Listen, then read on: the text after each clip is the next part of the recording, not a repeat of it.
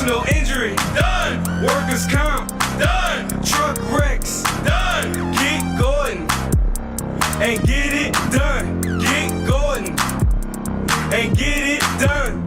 Attorney Gordon McKernan, Baton Rouge, LA 22-13634. Get Gordon. Baton Rouge's best-kept secret won't be a secret much longer. Tallulah Restaurant, inside the Renaissance Hotel. This isn't a hotel restaurant. It's a casual, upscale dining experience, which happens to be inside the Renaissance Hotel. Open daily for breakfast, lunch, and dinner, Tallulah is the perfect spot for that business lunch or that elegant night on the town. For reservations or to view the menu, visit TallulahRestaurant.com. That's TallulahRestaurant.com. Get Moss Max and less tax during happy hour at Modesto. Join us Tuesday through Friday, 2 to 6 p.m. for $10 20-ounce margaritas and dip trio with $5 drink specials and $6 seasonal cocktails. Eat Modesto, 3930 Burbank Drive. Insurance companies have teams of professionals to fight your claim. If you want to know what your case is really worth, I'm Spencer Callahan. I'd like to help. Spencer Callahan is the one to see. Call 387-2323. LA filing number 16-7970. WNXX, Jackson, KNXX, Donaldsonville, and WDGL HD2 Baton Rouge. This hour brought to you by Spencer Callahan Injury Lawyers, LA 21-12681. Offices in Baton Rouge.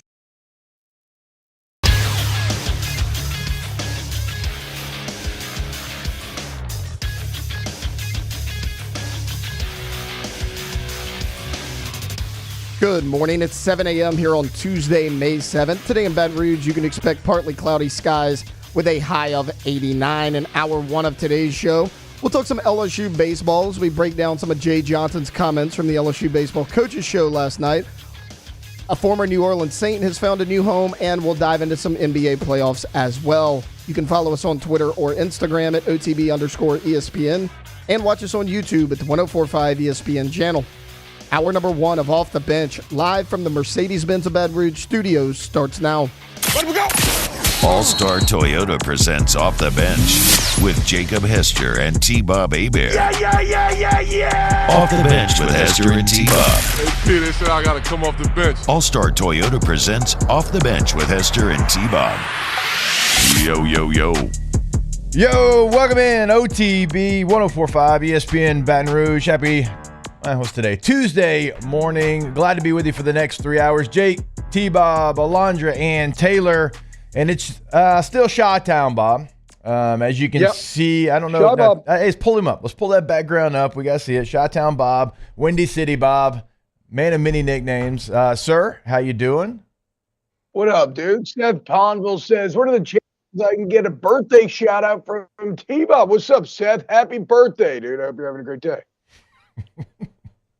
Okay, that's great. So, okay, I thought that echo, I was hearing an echo. That's gone now. Great job, Alondra and Taylor. Starting off the show on the right foot. I'm doing excellent. Unfortunately, I did stay up a bit too late with our good friend, the Nunez's, last night. You know, so I didn't do any, like, Chicago things. Okay. I just more saw old friends, you know, got a little deep in our cups, talking late into the night, catching Hydrated. up. But we did order quite the spread. So I had a full Chicago-style dog. Okay. Which is polar opposite. Yes. From, like, I mean, I normally, and I know I'm almost going to say quietly here because they're going to, like, bust through the windows and take me out of here. But, like, I normally just like ketchup on a hot dog, you know, very simple. Just ketchup. This has a lot going on. Absolutely delicious. I tried the beef, like a beef sandwich. Right. Really good. You know, I kind of felt like it was just like a way higher quality, like Arby's. I don't know, in a way, but whatever. You know, I don't want anybody to get mad at me for that. And then I think probably what I loved the most, I also had like some sausage. I tried a little bit of everything, but you know, one thing that I think they like to do is just kind of dip it all in like cheese, like almost like a nacho cheese sort of deal. And I'm kind of sitting there and I'm like, well, yeah, of course it's delicious. Yeah. Like Johnny's taught me a long time ago, you can dip anything in cheese. You can. Like the second that I learned that you can dip pizza in cheese, which at first I thought sounded ridiculous, like robots making robots. Yeah, and then it worked. I'm like, okay, well, never mind. So I did check off some Chicago food fare from Portelli's, And tonight, hopefully, if the rain hose off, maybe going solo dolo to Wrigley. Oh, that'll be a blast. Like going solo, but you'll be able to walk around, check everything out. You won't be rushed. Yeah. And you'll be able to have a good time and hopefully find a Kerry Wood jersey. Any pizza though? No pizza yet. No pizza yet. But I do have pretty much like firm confirmation after talking to a bunch of NATO Chicagans yesterday that can't be right. No, it can't be right. By the way, you look like an angel right now. You got like a little aura. I know. What is this like? What is this like beam coming over my shoulder right here? I mean, I know the backlight problem. It's the good Lord trying to send you some positive vibes after staying up so late. Yeah, he seemed to look. Oh, look at our guy Seth, dude. Our guy Seth is in his G's this year, 33 years old. Enjoy it, bro. Congrats. G's year, special year, man. Yeah, it goes quick. But oh no. So apparently, though, I do feel like I do have confirmation that the real Chicago pizza is the tavern style pizza. Or the tiny thin crust little square pizza. And I'm kind of getting the vibe that the people that get the deep dish are the out of towners who come to get the deep dish. I got you. We'll get both. I'm gonna get both. I'm gonna get as both. much Don't worry. food as you said True you just story. ate with the Nunez is like, I'm No surprised you pizza. had room for anything. Well, it's almost like we ordered a giant spread, and then it was like I never finished one thing. I just dabbled in like a little bit of everything. Like I'm talking even like a chocolate shake with a piece of chocolate cake, kind of like That's a mushed lot. up inside of it. So you got these nice little textural bits of chocolate cake in your chocolate. It was great. It was great. That Great sounds so night. good. Good friends. All right, so Going deep in the cups. Very good. Megan and Alex are killing it up here. And it's interesting to be in a city that actually like invests in their infrastructure. It's wild. Like nice roads. Like it's crazy, dude. nice downtown, everything's filled. Yeah. Yeah. Nice. Yeah. Chicago is great. With that, they have that. I forget what the street name is, but yeah, it's incredible. All right, what about the shows though? Because I had a chance. I saw the clip you posted this morning. And you're on the rally, and Joshua Perry is trying to be like, I didn't lose to any SEC teams. He probably played like one, maybe two. I think you definitely had the flex because we beat Ohio State, and he doesn't have the ability to say so. But, we only got a small 45-second clip. How did yesterday go? Yesterday went well. It went well, man. They got a solid crew over here. I had makeup done for the first time, which was actually quite enjoyable. Shout out my girl, Donna. Not even for the Nutcracker you didn't? No makeup for the Nutcracker. You want to start doing that, I can do it for you. But Donna though was fantastic. I mean, I'm not trying to be funny. Matt, I think Matt does makeup before the show since we're on TV. So Alondra can start doing it for you. I really can do yours if you want me to. I mean, I don't know that like I necessarily want it to become an everyday affair, but it was, it gives you some confidence. So it was a nice little subtle touch. And then we talked a lot about like ghost stories in New Orleans. She's real into the paranormal, so she's kind of sensitive to that stuff. I am a skeptic when it comes to the paranormal, but I also feel like I've talked to a bunch of people that I believe have had true paranormal experiences, right? It's just that I'm a bit of a skeptic and I have not up to this point. So Donna was great. Shows are great. Shout out. Download the Watch Stadium app if you want to check it out. I'll be on the rally and clubhouse all week long. All right, so what's clubhouse? I'm not familiar. I know the rally and I know clubhouse red corner, blue corner. Is just like a kind of 30-minute chill. It's not unlike the rally. Just kind of talk about all sports. But the rally's an hour and is maybe a bit more wide-ranging. Yeah. Clubhouse yesterday was with, again, Joshua Perry and, I feel rude. I'm blanking. Alyssa. She's the sideline reporter for the Bulls.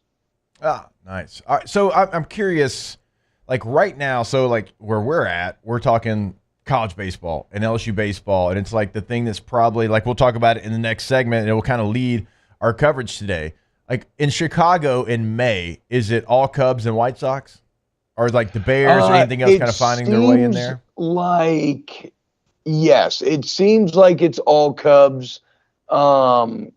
God, poor White Sox. But to be honest, I kind of so I got here late Sunday night, and then yesterday I was in these stadium offices 6 a.m. to 6 p.m.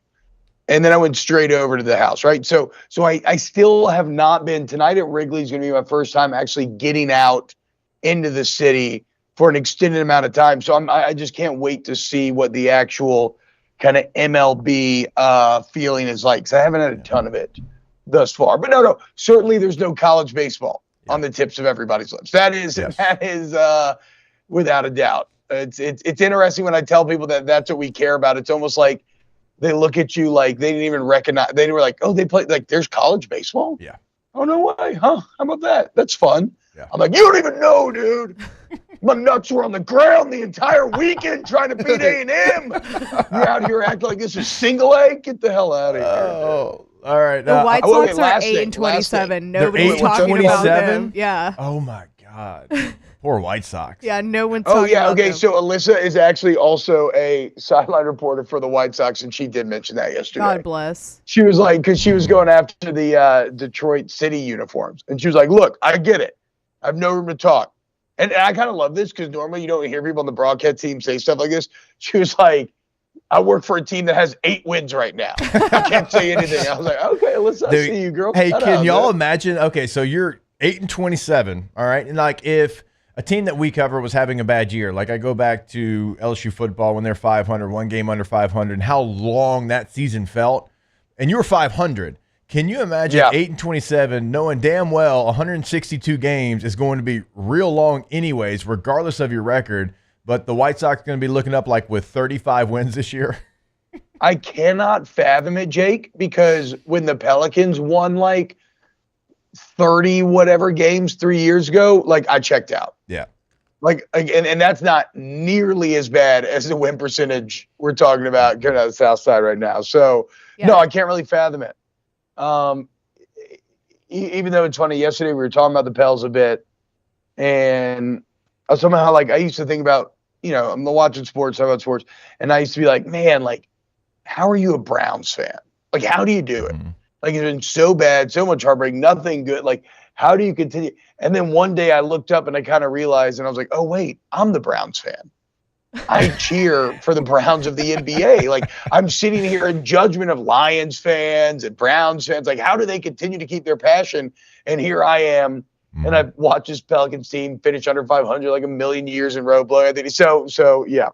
I guess I have a bit more hunger for my team failing than I initially realized. I wouldn't put the Pelicans quite in Browns territory because the Browns also have hideous uniforms. They are the mistake by the lake. It's miserable every time I ever played in there. Like, doesn't matter the time of year. It's windy, cold, and wet. So it's bad, but it's not Browns bad. Yeah, I mean that is that. See, but that's kind of what makes me love Cleveland Browns fans. Is because there's no reason why they should be as in love with their team as they are, and yet the dog pound shows up every single Sunday, dude. And look, Cleveland's being rewarded. What happened? They had draft yesterday. They had draft 2 years ago? Wait, draft. what? The NFL gave them the draft the 2 years Cavs ago. closed their first series out Sunday. Okay, they don't play again so they until play like today or tomorrow. Yeah. So good for Cleveland, though, right? I mean, they needed to prove to themselves that they could get over their ex. And I don't know if there's an ex that has a larger shadow than LeBron James. And you know what? They finally gave the nice guy a chance, and Donovan Mitchell, and he showed you that, yeah, there can be love on the other side. Now, I do think they're going to get smashed. By the Celtics, obviously, right? But I feel like Cleveland's race has already been run at this point, proving they could win a series without Bron. All right, we've talked Chicago, we've talked Cleveland. Sorry, I have no idea what we're talking about. That means I'm going to make y'all talk New York Knicks a little bit later on in the show. We'll take our first break of the show, and then we'll get into, well, the reason you're probably here, LSU baseball. Got some sound from Jay Johnson. We'll cover that, the game against Northwestern State, coming up here on OTB. Off the Bench with Hester and T-Bob. ESPN Baton Rouge, New Orleans, Alexandria, and 1130 The Tiger. All right, go to All-Star Toyota of BatonRouge.com. Just like we told you yesterday, you've got summer vacations coming up. You've got probably 2 weeks, at most 3 weeks left of school. So if you want to go ahead and get that vacation scheduled, probably already did so, get the vehicle scheduled as well. So if you want to rent something, you need something bigger, you want something better on gas mileage, you want the hybrid Sienna like T-Bob drives around, you can reserve that as well. Whatever it might be. Maybe it's something smaller for a getaway, but probably a family vacation, right? Just know everything is available in the rental department. You won't find that anywhere else, but you'll find it at All-Star Toyota of BatonRouge.com. Yeah, I know a few people who have done like the Disney thing where they go rent a Sienna, head down to Disney, have a great time. Remember, I talked about the All-Star Toyota service shop every day where it doesn't matter if you are if you have a Toyota, all makes and models welcome. You get a free professional estimate. Great lines communication throughout. The bottom line is if you need body work, something big, something small, go check them out on Airline Goodwood, All-Star Toyota Baton Rouge, All-Star Toyota at BatonRouge.com. Our listeners fire off their opinions on the jimsfirearms.net hotline at 499-1045. Keep listening for your next chance to shoot us your thoughts with the jimsfirearms.net hotline on 1045 ESPN Baton Rouge.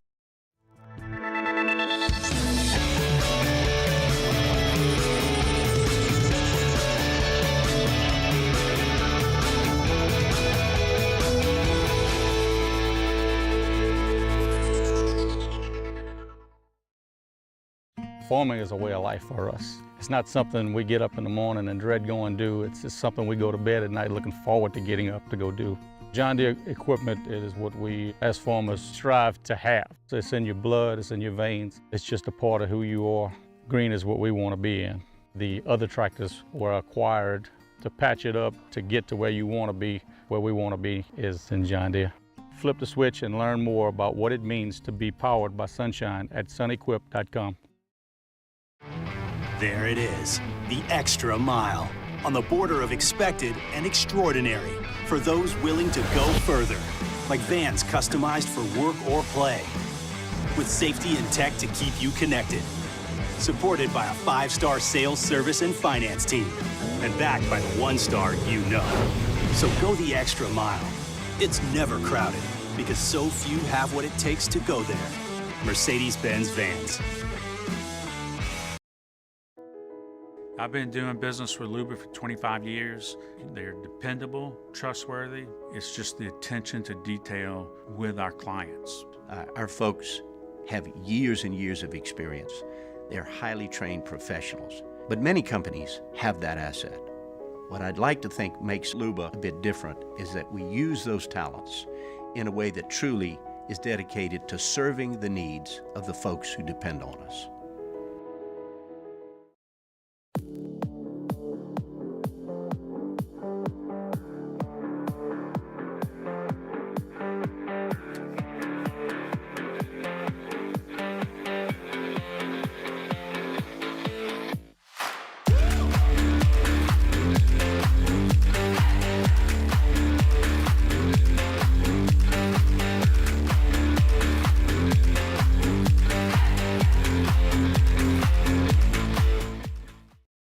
Dylan Cruz here to tell you about Six Rings Baseball and Softball Camp. If you live on the North Shore and play ball, go to Six Rings Camps with former LSU assistant coach Dan Canaveri. His knowledge is second to none, and your child will improve and have fun doing it. Camps were held at Coquille Park and Six Rings Academy in Covington with 4 sessions over the summer. Full day and morning only sessions are available from ages 7 to 13. Go to sixringsbaseball.com or call 985-206-9096. Learn the game to love the game. Gulf Coast Bank and Trust is giving our customers the power to bank anywhere, anytime during this challenging event. And we're right there with you. Matt Moscona inviting you to join us for Tuesday's AFR, powered by Sunshine, your hometown John Deere dealer in Louisiana. Shea Dixon stops by for his weekly visit, and we'll preview LSU Northwestern State from the box. Join us 3 to 6, 104.5 ESPN Baton Rouge.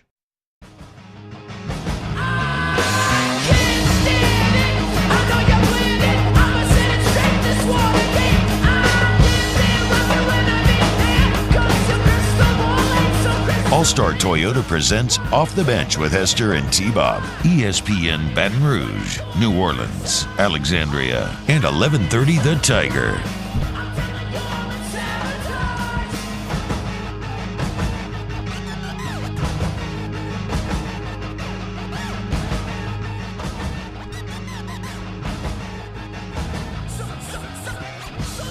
All right, welcome back in. OTB 104.5 ESPN Baton Rouge. Time to talk some LSU baseball as they get ready to take on Northwestern State. And T, it's just like it was when LSU played Grambling. You can't lose this midweek game. You can't do it. No. And you can say what you want about midweek games. I can just tell you in absolutes, you cannot lose this one. The Demons are 10-11 in conference play. They are 19-28 overall. This will do damage to your RPI in a time, T-Bob, where you can't afford any damage to your RPI. No, I mean, it's really clear. Like, for the rest of the season, LSU can lose 2 games, right? And it's on the weekend. And do you think, Jake? Let's say you only won 1 this weekend and then swept Ole Miss. Is that any different than going 2 of 3, 2 of 3? So I actually talked about this a lot yesterday on Off Campus, funny enough, because we were talking about LSU's resume. Okay, we're talking college baseball on Off Campus. Let's freaking go. Oh, yeah, for sure. I forced Bobby, and let me just tell you, Bobby Bobby tries hard. Bobby tries hard. We'll say that. But we're talking to Mike Farron, and he was kind of laying out LSU and Florida's resume. And I kind of asked him the question, like, what is it, going to take for LSU?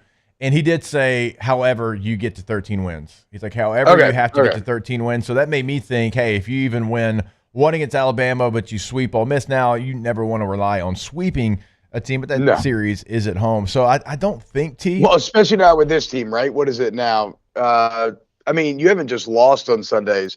I think 3 of your 4 Sunday home games you've lost by double digits. So, sweep doesn't feel very likely at all. No. And I want to say Ole Miss's RPI is just still ahead of yours as well.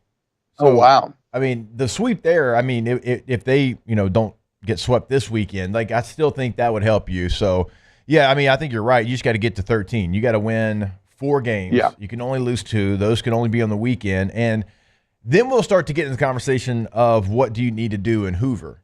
Like, do you need to add to your resume? Because that's always, how many times have we seen that help teams be able to, hey, you got to go there, you got to win 1, or you got to win 2. I mean, there's certainly been years where Paul Maneri and LSU had to go there and win some games, and they did so.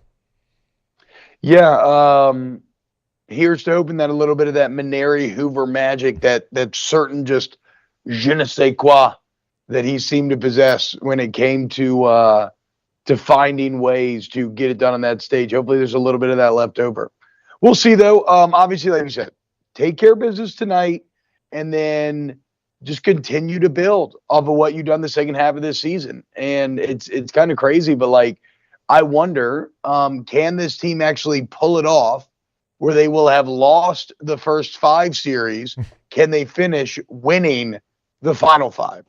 It'd be a hell of an accomplishment, but they just got through arguably the hardest weekend. Now I think they have the second toughest challenge in those 5 going to Tuscaloosa this weekend, who, as we said yesterday, have beaten Arkansas, Tennessee, and South Carolina in that building. A&M, the only team that went into Tuscaloosa and took a series up to this point. Yeah, and that's why they were still a ranked baseball team, even though their record probably said they shouldn't be last week before that series. Now they're not now, but they were ranked because of what T-Bob just said, who they've beaten, and their RPI and their strength of schedule and all those things kind of led to Alabama still being ranked, even though the record said they probably shouldn't be. And now you're looking for LSU to take care of business tonight against Northwestern State before you get to Alabama. And last night on the Jay Johnson Show, Jay talked about his team's approach right now as they head into this game against Northwestern and that series against Alabama. It's been as good as it could be with the situation that we were in a few weeks ago. And I think they've modeled exactly what myself and the coaching staff have wanted to in terms of sense of urgency, enthusiasm, confidence. And I think we've matured a lot in the last 3 weeks as well. I think there's some situations that played out over Friday and Saturday night that we looked like, we were playing to our capability and under control at those tipping point moments in the game that maybe, 5 weeks ago we weren't quite as good at. And that's a good sign of growth, of improvement, and necessary, to win the way we want to win here against the competition that we're playing. Those moments, T-Bob, that he's talking about, we've talked about them. They were there. They were there against Vanderbilt. They were there against Florida. Yeah. They were there against, some of the best teams that you played. I mean, even in series where you got swept. Like, think about the moments in the Arkansas series right there. The moments that you didn't take advantage of. And for the first time, really, like high leverage situations consistently, you actually showed up and then you made the play. Well, and I think it's interesting to hear Coach Johnson kind of paint that as a sign of maturity, right? And kind of learning that skill set, learning to handle those moments and learning how to start winning them. I also think it was interesting to hear him talk about basically, look, they're on the exact same page of what we as a coaching staff are asking them to do because, this is a new staff as well, man. And everything about this team is new this year, right? And did it take longer for it to start to click than we would have hoped? Absolutely. But at least they have found a way to give themselves a fighting chance. Though, again, everything goes out the window or all that goodwill is kind of erased if you trip up in these last couple of weeks. So this last weekend was awesome. Make no mistake, because the season did not end just outright, basically. Yeah. But, the race is by no means finished. Like, this weekend is going to be every bit as intense, if not more so, than last weekend was. Any worry for you that LSU's had to play with their backs against the wall for so many weekends in a row now that you could find a spot where you kind of run out of gas? I mean, I don't think so yet. Because this is what I don't know. They kind of feel like a writer on a where deadline. You've had to do it. Mizzou, Auburn, A&M, 3 straight weekends where you've pretty much had like Game 7 mentality. Oh no, I mean, look, they have been. That's what I'm saying. Ever since they have been backs against the wall, nearly zero margin for error the entire second half of this season, and especially after losing the Auburn sweep, when it looks like you could have had a sweep that day. You come out, you have that big first inning that blows up on you, especially after that. But look, like I said, they feel like a rider on a deadline where, like, or if anybody likes to procrastinate like I do, sometimes you need that pressure to produce your best results. Now, I do think it will be taxing eventually. Yeah. And maybe they run out of gas if they end up making the tournament or something like that. But no, I don't think. I think they're in a pretty good flow state right now, and that they'll continue to ride this thing. I'm not worried about them petering out yet. All right, so if LSU has any hopes of winning the series this weekend, winning the series against Ole Miss, winning in the SEC tournament, well, Christian Little's going to have to probably be a big part of that. And we saw what he was able to do against the number 1 team in the country. Here's Jay Johnson on Christian Little and his performance. And that's about 5 really good outings in a row, if you follow our team closely. And we've made a few adjustments, and, man, they've really taken off, and really, really happy with his performance. And that completely was the difference in us winning the series against the number 1 team in the country, was his performance on Saturday night. And I'm proud of the execution, but I don't know if I've mentioned it on this show, when things weren't going great, he was a guy that was really, really consistent for our team as a person. It's like, Coach, what can I do to make sure we stay together and be a good example for the younger guys? And people don't see that. So I like to talk about that. So when a guy is that invested in the team, even though it's not going great for him or the team, I really like to see them have individual success, and his individual success was the reason we won the series this week. And what a performance. I mean, that was electric, and I think totally indicative of his talent, and it's great to see him pitching better than he ever has in his career right now. No doubt. D-Bob, as you laid out in the document, his last 5 appearances, 10 2/3, 4 hits, 1 run, 15 strikeouts to only 2 walks, and LSU, if they wanted to do what they needed to do to get into the postseason, it couldn't just be a great start from either pitcher and then Griffin Herring coming in and then not have somebody to come in that second game. Yeah. They had to have somebody step up and be, a finisher like Christian Little has been, because now you have a pairing of 2 frontline starters and 2 frontline finishers. Again, we're not calling them relievers or closers. They are finishers that you can bring into the game, and that now gives LSU every opportunity to win every series they're in. And it's, because of Christian Little realizing his opportunity probably, and then being the guy that we saw, really young in his career.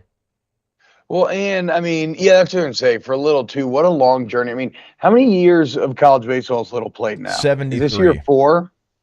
Is this year 4 or 5 or something? Oh, this has and to be I mean, at what least 4. he started when he was 17. Yeah. I think he's maybe like 21 now, maybe.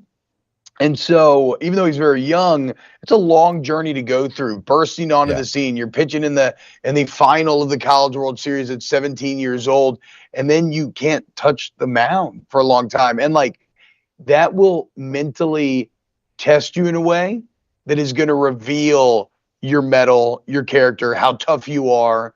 And so, just on a personal level, like selfishly, yes, as a fan of the baseball team, I am incredibly excited because his emergence has been the key common denominator behind winning these series and the key reason for hope going forward, to your point. But personally, as just a human being, I'm happy for him, man. Because, I mean, our guy's like Moses. He's been wandering the desert for 40 years, and it finally looks like he's getting back to the land of milk and honey here. Fair enough. I don't know. Did Moses get to go into the promised land? For some reason, I don't think he did. I don't know. Surely, right? I feel like right at the edge, if I'm remembering my Bible class correctly, like right at the edge, something went awry and everybody else got to go and Moses didn't. But I'm sure chat's going to let me know. Yeah. Let us know. Because that's the information we need to get out there to the masses. Tell Taylor. Taylor, ask the Pope. Yeah, Taylor has connects. Look, I know him. We hit it off out there in Maripol a month ago. Moses didn't make it to the promised land because remember God was punishing him for what the Israelites did. Because they were complaining. Old Testament God ran a tight ship. They were complaining, and Moses is the one that was like, "No, don't punish them." And so, like, he punished Moses, and so Moses never made it in. Okay, ultimate team player. See, that's what I'm saying. That's Christian Little right there. Come on, falling on the sword. Yeah, I mean, what did Jay Johnson just say right there? Right, the behind-the-scenes leadership of Christian Little, saying, "Okay, what can I do to make sure our people can find our way through this desert of bad?" So, shout out to but hopefully, Christian Little for sure. I don't know. I was going to say shout out Moses. Yeah. Well, I mean, him too. Shout out to both. Him too, for sure. I mean, him too, for sure. All right. We will step away. And when we come back, well, T-Bob's probably one snap from playing left tackle for the New Orleans Saints. And we'll tell you why that is when we come back here on OTB. Off the Bench with Hester and T-Bob. All right. Go to k2zblinds.com, k2zblinds.com. Interior, exterior, anything that you need, they have got you covered. That's like shades, shutters, drapes, doesn't matter. T-Bob always tells you if you've got a theater room, like shout out to you, you've made it, but you can get the blackout curtains, right? You can get the blackout curtains for a baby's room as well, making sure that nap stays a nap and that sun doesn't wake the baby up. Whatever you might need, they can do it over at K2Z. And also call them into your home and just kind of tell them what you're looking for. And they're going to learn your space, and they're going to exceed the expectation of what you were looking for. They've done it for me 2 different times. I promise you they can do it for you as well. So have Brandon Barton and the team out to the house, k2zblinds.com. K2zblinds, KTOZblinds.com. Yeah, man, it's look, new home, starter home, like your dream home. We got all price points available, and there's nothing that makes a house pop and takes it to the next level like the correct window coverings, drapes. And remember, with K2Z in those years of experience, it's both functional and aesthetic. K2Z windows. In times of need, get a full list of phone numbers, websites, and other important emergency information on the Demco Stormwatch page at 1045ESPN.com. There it is, the extra mile, on the border of expected and extraordinary, for those willing to go further, like vans customized for work or play, with safety and tech to keep you connected. supported by a 5-star sales, service, and finance team, and backed by the 1-star you know. So go the extra mile. It's never crowded because so few have what it takes to go there. Mercedes-Benz Vans.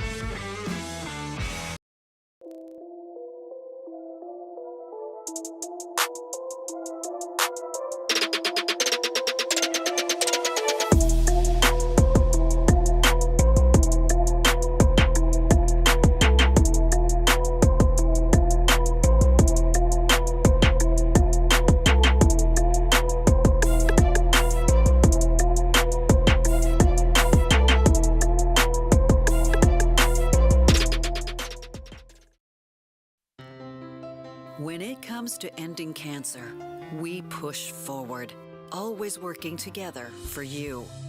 That's why our cancer experts at Ochsner have clinically integrated with MD Anderson Cancer Center. This means advanced cancer care, including access to life-saving clinical trials and integrating care to treat the whole you.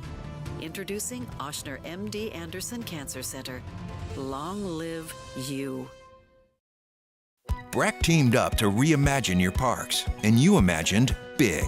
With your help, we went to work, creating 12 beautiful community parks across the parish. A family-sized water park, miles and miles of trails, and parks just for your dogs. There are more places to splash, to explore, to run wild, and even soar. You imagined, we delivered. Gold. Breck, your #1 park system in the nation. Electricity is all around us, and our families depend on it. Every day is sparked by the power of a cold drink or a warm meal, a movie night, and a comforting light at the end of a dark hallway. From sunrise to sunset, playtime to bedtime, our team is ready to take care of your electrical needs. Even in the case of an after-hours emergency, the light in your life shines brighter with Mr. Electric. Hey, it's Matt Moscona. For years, you've heard me tell you about Insurance Network of Louisiana, helping you find better coverage for less money. But it's not just for your home and auto. They also offer commercial property. So, retail stores, professional offices like doctors, dentists, attorneys, clothing boutiques. Insurance Network of Louisiana can find you better coverage for less money. They service the entire state of Louisiana, and they're local. Sandegriff joined me and Jimmy Ott for the next edition of Live at Lunch from Doe's Eat Place on Government Street in Mid-City. Andy Isco joins us from Las Vegas. Live at Lunch, 11 a.m. weekdays on 104.5 ESPN Baton Rouge.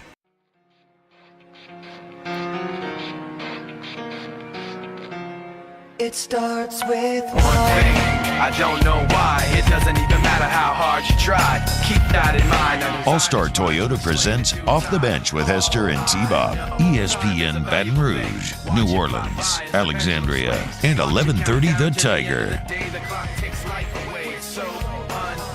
We got to get to the Saints stuff. But was Moses too gritty to be pretty? Like, I can't get over this. I mean, the guy parts the Red Sea to help the Hebrews and doesn't end up in the promised land? Like, my mind is blown.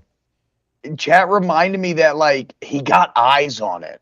Like, I think he literally got eyes. And now I'm remembering the story as well.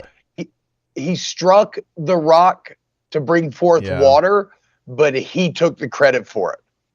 So my man kind of tripped up at the 1 yard line. Oh, man. Did all the work. Fumbled in the red zone. Yeah, a little bit. He pulled a little. He did so much for others. Oh, God. Who was the Saints fullback last year? Probably unfair. That's the only play you remember him for. But yeah, God, what a tease, man. 40 years. 40 years, you get eyes on it, can't go. He did what J.K. did. He fumbled in the end zone. Yeah, straight up. Yeah, exactly, right? Touchback. Yeah, right. But I feel like his resume to that point was so strong. Like, hey, it's man, like, you don't cut that guy, you give him another fullback's chance. curse. I know. It's the Moses fullback's is a fullback. curse, I've learned that today. You for your mistakes. On my paper, I wrote Moses, fullback, ultimate grit, I mean, again, he did part the Red Sea, which is the ultimate clearing of the hole. Yeah, he ran 20 ISO on the Red Sea. On steroids. Yes. God, you run 20 ISO on the Red Sea and part it. Okay. Sorry. This It bothered just blew Jake my into the mind. break. Like, It he did. was in the break like, Moses didn't make it. I mean, like I said, dude, Old Testament God runs a tight ship. Oh, it's crazy. Okay? Yeah. Like, very thankful for the new covenant and Jesus coming along and kind of getting his dad to chill out a little bit because Old Testament God was kind of thrown off sometimes. Man. All right. Moving on. Transition into New Orleans Saints talk from Moses talk. From one saint to another. Yeah, from one saint to another. Good job. Well done, Alondra. I don't think he was ever a saint. I know, but he's in my heart. All right. I kind of joked that T-Bob was like one play away from playing left tackle for the Saints because that doesn't seem that far-fetched. Andres Pete is no longer an option for the New Orleans Saints as he signs with the Las Vegas Raiders. And so that means Trevor Penning, come on down. You are going to have every opportunity to be the Saints starting left tackle, right, wrong, or indifferent, T-Bob. It's, what's funny about this is I think Andres Pete is a bit like when you've just gotten too comfortable in a relationship, romantic or friendship, right? It doesn't have to be romantic. Right. You've just gotten too comfortable in a relationship and you maybe start to take it a bit for granted, right? Where I think the Saints really thought that after he tested, or I shouldn't say the Saints, it seems like these Saints hive mind, be it New Orleans.football, some of the excellent beat writers that cover for the Advocate, ESPN. It seemed like the hive mind was under the impression that, well, Andres Pete has been testing the waters. There's nothing there. And given the Saints' needs, they'll likely find their ways back to one another. Once again, it just won't be at the number that Pete originally wanted. So it's almost like the Saints, I feel like kind of maybe thought that they were always going to have Pete in their back pocket. Right. And now he's not. And so now a situation that was already bad, like it's not like Pete's incredible. Pete's been solid. Pete's been here for 9 years. Pete has made over 100 starts in a Saints uniform. And at left tackle, right guard, left guard. Last year alone, he was really the key solidifying piece and at least making the O-line okay for the latter half of that year. So it feels weird because it feels like this is the second time this offseason we're saying goodbye to Andres Pete. But yeah, I'm a bit surprised. I was just kind of assuming that they would find their way back to one another. It almost felt like you had to because just nothing in Trevor Penning's career has shown me that he's ready to take over any starting position, but certainly left tackle. I mean, there was guys off of the street last year that were playing ahead of Trevor Penning. Like there were undrafted free agents that were playing ahead of Trevor Penning. He was on the field goal extra block team. He couldn't even get in on goal line a year ago. And now he's going to be your starting left tackle for a quarterback that doesn't do well with pressure. Doesn't seem like it's a great recipe for success. No, I mean, I still feel like Penning's future lies at guard. Maybe I'm wrong. Maybe look, man, it's maybe a bit rarer than at a position like quarterback, but a lot of times we do throw these young guys into the fire and we immediately say, okay, well, that's all they'll ever be, and we don't allow any room for improvement. Without a doubt, what we've seen from Penning thus far tells us that, yes, he was not worthy of a first-round pick, right? But it's not to say that maybe like an Andres Pete, maybe he can make himself solid. Now, that maybe that's probably unfair to Pete, right? Because, yes, Pete struggled, but again, Pete also started 9 years, over 100 starts. He does have 3 Pro Bowls to his name, though we all know Pro Bowls are kind of a funny metric with which to judge people against. And so like Andres Pete's legacy in New Orleans is something that's kind of deeply fascinating to me, Jake, because again, there aren't that many players that stay with one team that long. And normally if a guy does, he ends up being a bit more beloved than I feel Saints fans kind of feel about Andres Pete.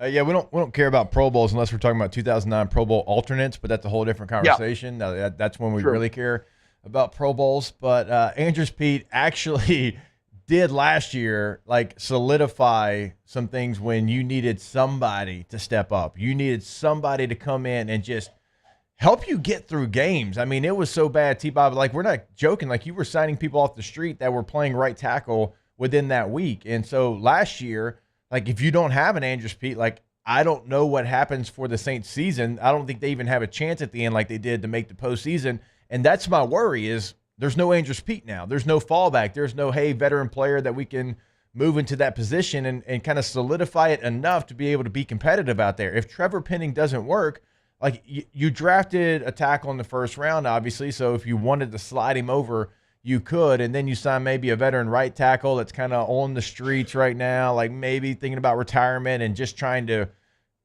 duct tape and glue this thing together. But do you really want to be in that position? I mean, so what do you think? You think Fuaga is the starting right tackle? I think. I mean, that's not left. I would think so. I think just with his skill set, I think he's had obviously experience doing both. I think right tackle seems like a better fit for him. But I mean, if Trevor Penning's out there throwing no hitters like Nolan Ryan, you would have to move him over to left tackle, wouldn't you? I would think so. I think also. I mean, unfortunately, nowadays, would you agree with this? There's probably less of a difference between right and left tackle than there's ever been before, because now guys are just like, we're going to line up our pass rusher on the worst tackle. Yeah, I mean, we're going to put our TJ Watts over your right tackle, or if your left tackle struggling, he's going to go over. Yeah, I mean, you're right. No longer is the left tackle as big of a deal, but I mean, either way, you got to have somebody that you are, as a quarterback, you are comfortable with, that you trust, because these quarterbacks at that level, running back, tight end, tackle, guard, center, does not matter. If they don't have trust in you, they let the coaches know, and you're not going to be in there. And like, you have to earn that trust, because that quarterback is counting on you, regardless of who's lined up across from you, that in 40 pass reps, you're going to win 40 pass reps. All right? Because if you win 39 of 40 in the NFL, you had a bad day. It sucks. It's so I hate it. It's so crazy. Just no room for error allowed for offensive linemen. I think this, and I know that this is some real sunshine pumping BS, and this is becoming too much of the fallback in a lot of these conversations. But if I want to paint, how does it work out?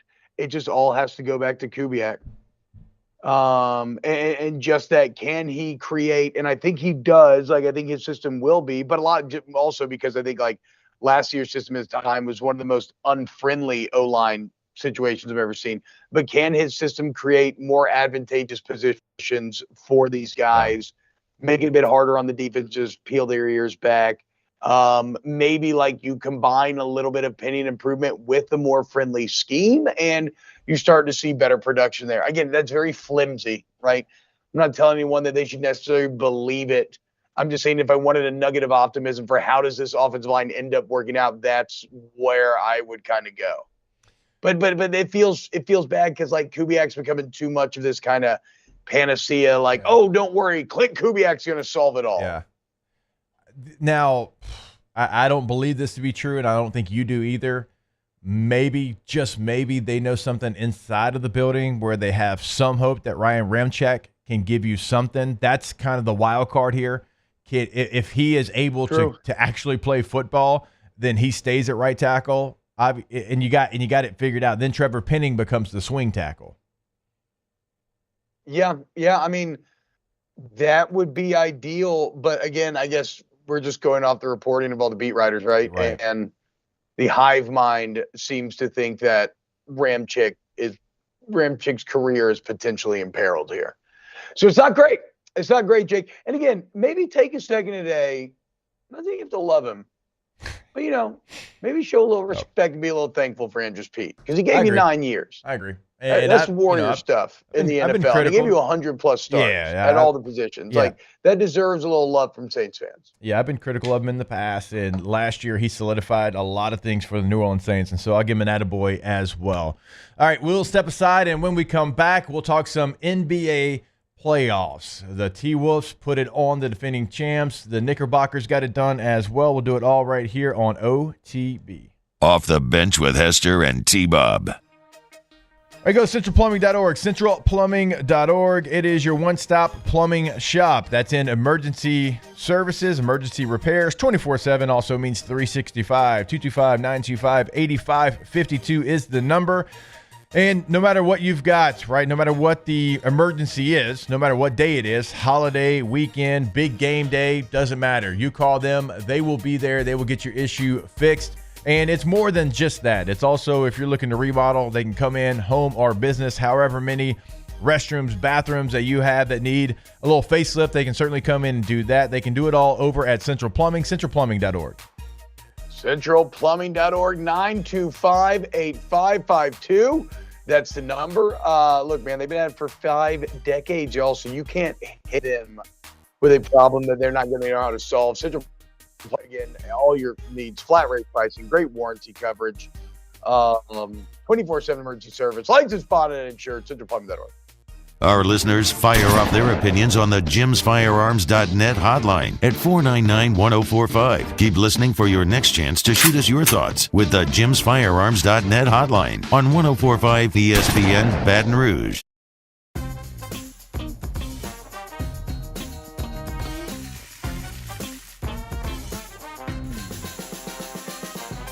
The best kept secret in town is out. Discover Tallulah at the Renaissance Hotel on Bluebonnet. Bayou Ford has the new inventory to get you in a new Ford truck or SUV today, or customize your next vehicle just the way you want it. All new Bayou Ford vehicles come with a 1 million mile powertrain warranty. The crew at Bayou Ford is going to do right by you.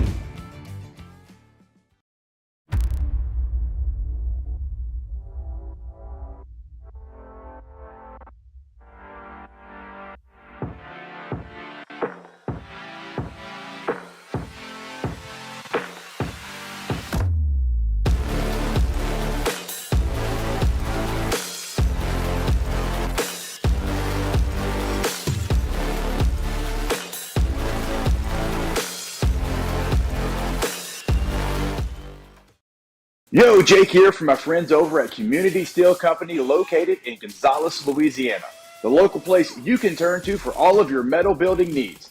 Notice I said local, not Houston, not Dallas, not Atlanta, but right here in Gonzales. Visit them at their brand new state-of-the-art website at communitysteelco.com or pick up the phone and give them a call today to answer all of your questions on your metal buildings, roofing and sheet metal, and any other steel needs you or your business need at 225-647-2020.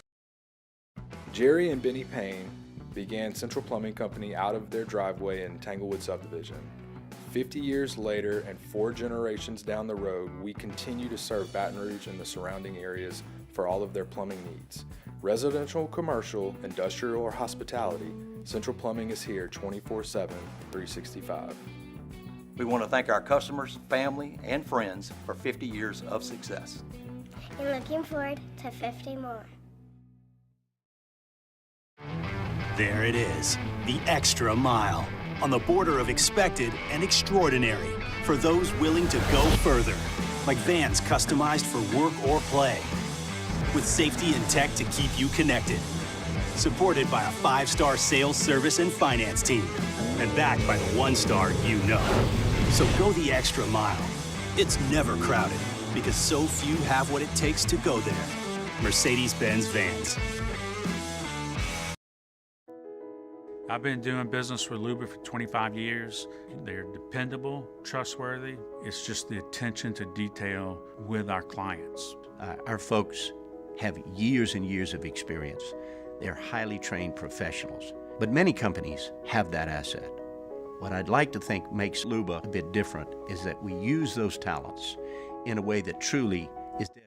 Join me for a Tuesday edition of the Hunt Palmer Show presented by Pluckers. Glenn West talking Tigers, Sharif Ishak talking Saints. Hunt Palmer Show 1 to 3 weekdays, 104.5 ESPN, Baton Rouge.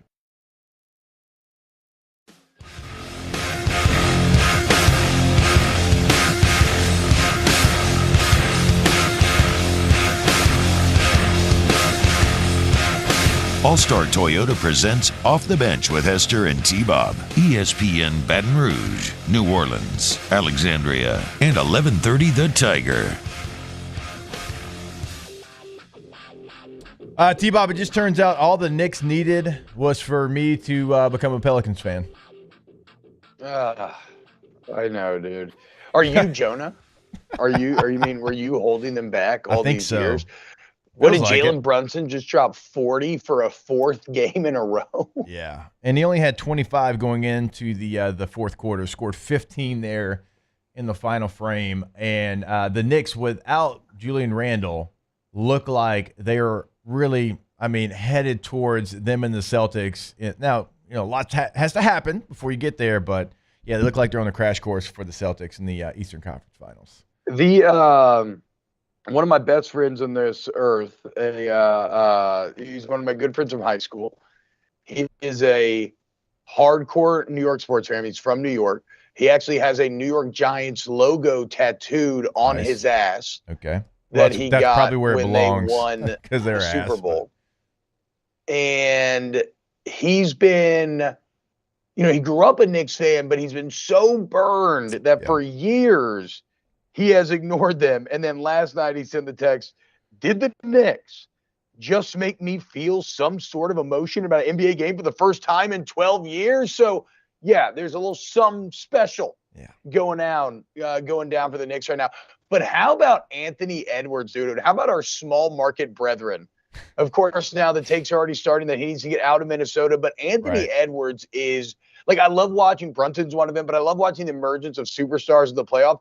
Anthony Edwards is arguably having one of the best runs that we've ever seen. Maybe the best 22-year-old run we've ever seen. Look, I'm not going to argue that. He's plus 18 last night, scores 27 points, was highly efficient as well, has 7 assists.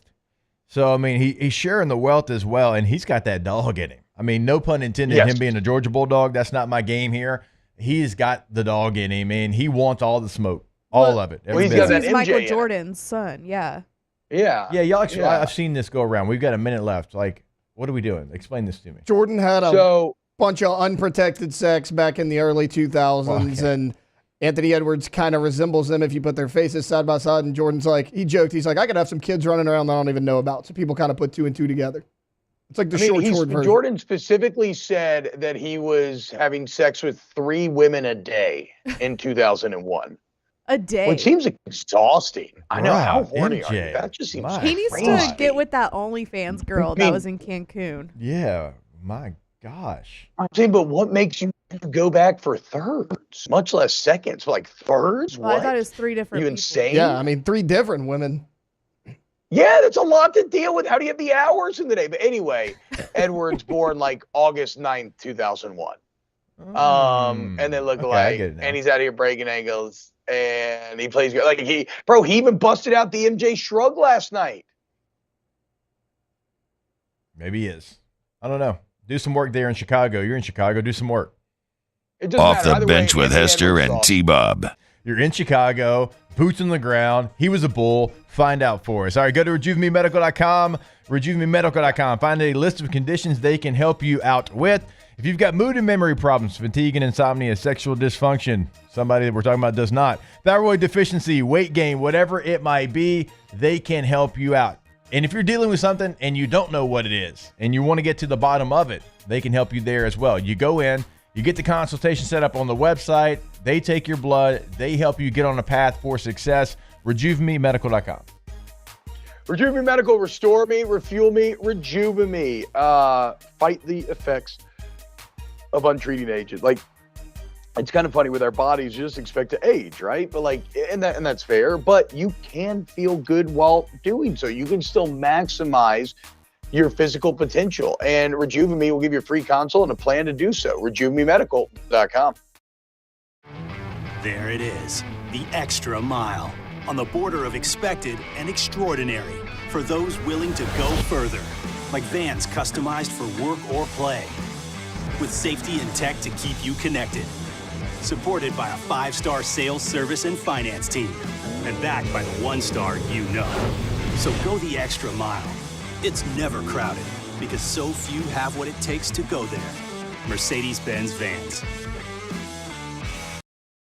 The Windsor Senior Living Community in Mandeville, Louisiana is a beautiful, vibrant apartment community geared towards seniors.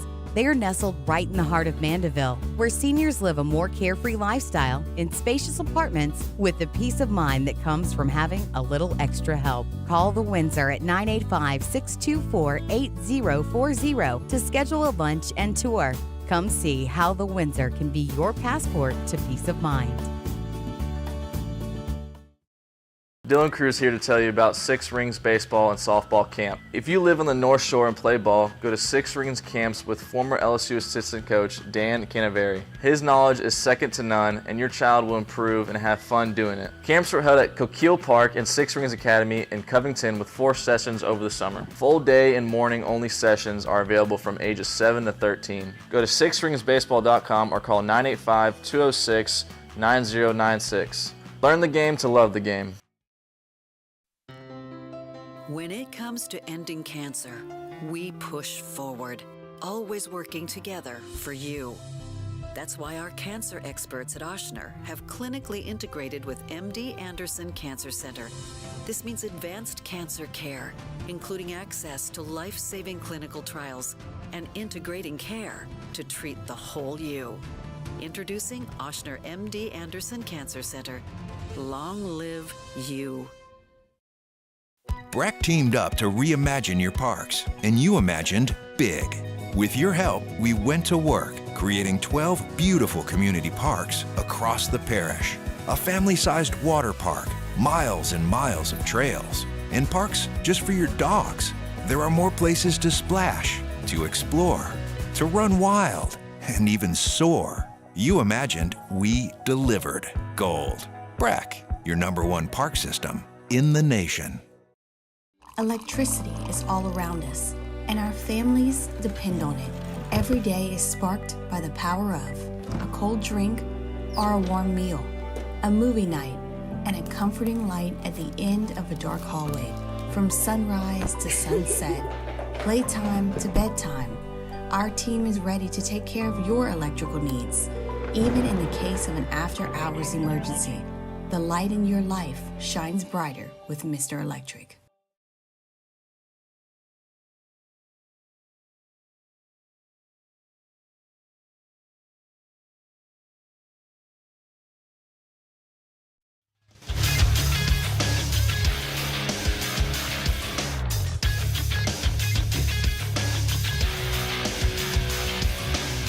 Good morning. It's 8 a.m. here on Tuesday, May 7th. Today in Baton Rouge, you can expect partly cloudy skies with a high of about 89. In hour 2 of today's show, we'll talk some college football with our post-spring overreactions for both LSU and all of college football. We'll have OTB Mailbag, the NFL story of the day, and a whole lot more.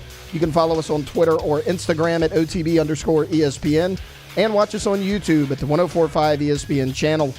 Hour number 2 of Off the Bench, live from the Mercedes-Benz of Baton Rouge studios, starts now. Let we go! All-Star Toyota presents Off the Bench with Jacob Hester and T-Bob Hebert. Yeah. Off the Bench with Hester and T-Bob. Hey, they said I got to come off the bench. All-Star Toyota presents Off the Bench with Hester and T-Bob. Yo. Yo, welcome back in. Hour number 2 of OTB 1045 ESPN Baton Rouge. And we're going to talk some college football here in hour number 2. And we're going to start off with a little game. All right, we're going to play a little game, and it is post-spring overreactions. And so, T-Bob, here's what we're going to do. Going to give you some SEC teams before we get to LSU's overreaction. Okay. And you tell me, is it an overreaction or the right reaction? Okay. All right. And Taylor, you'll be Vanna White. Okay. All right. No, I don't want Taylor to do anything. Taylor, actually, if you could just shut off your mic and please don't talk for the entire segment.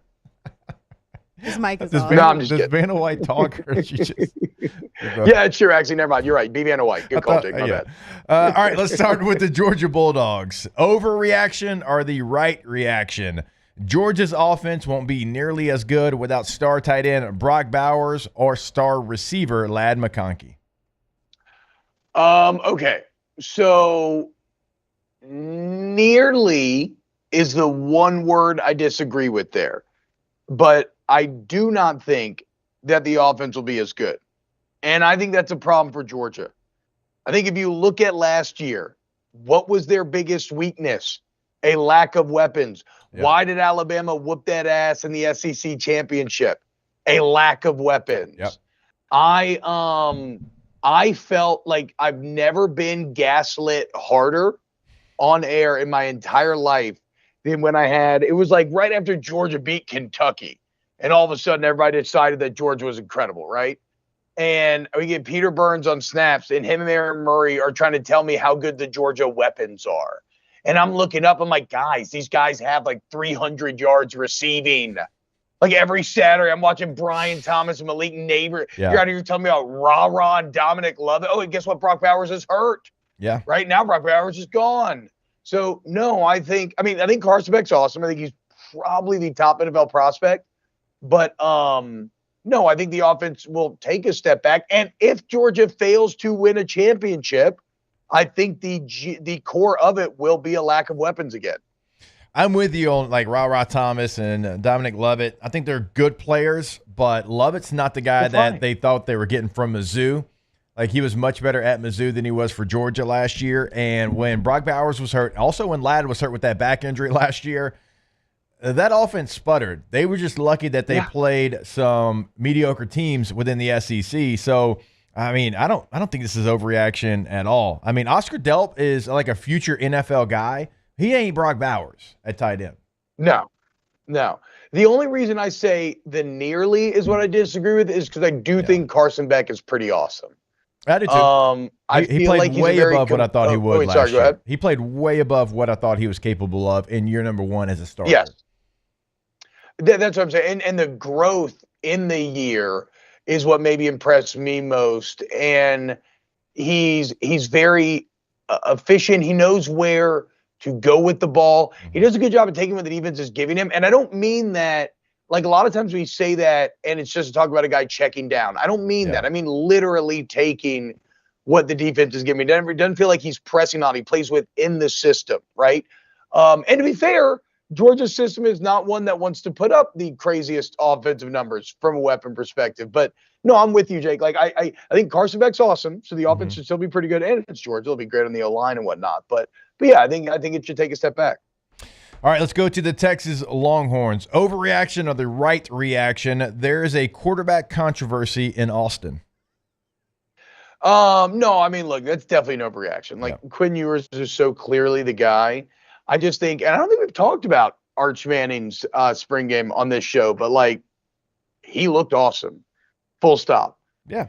And if you want to talk about year-to-year growth, remember how overanalyzed the spring game was last year when he's been on campus for like 3 weeks and everybody was using it as this launching pad for like, oh, we told you Arch is overrated. It's just the name. Blah, blah, blah. Well, he directly hit back at all of those people. Because like right behind Carson Beck, I got Quinn Ewers, right, in that top three quarterbacks along with Shedeur Sanders.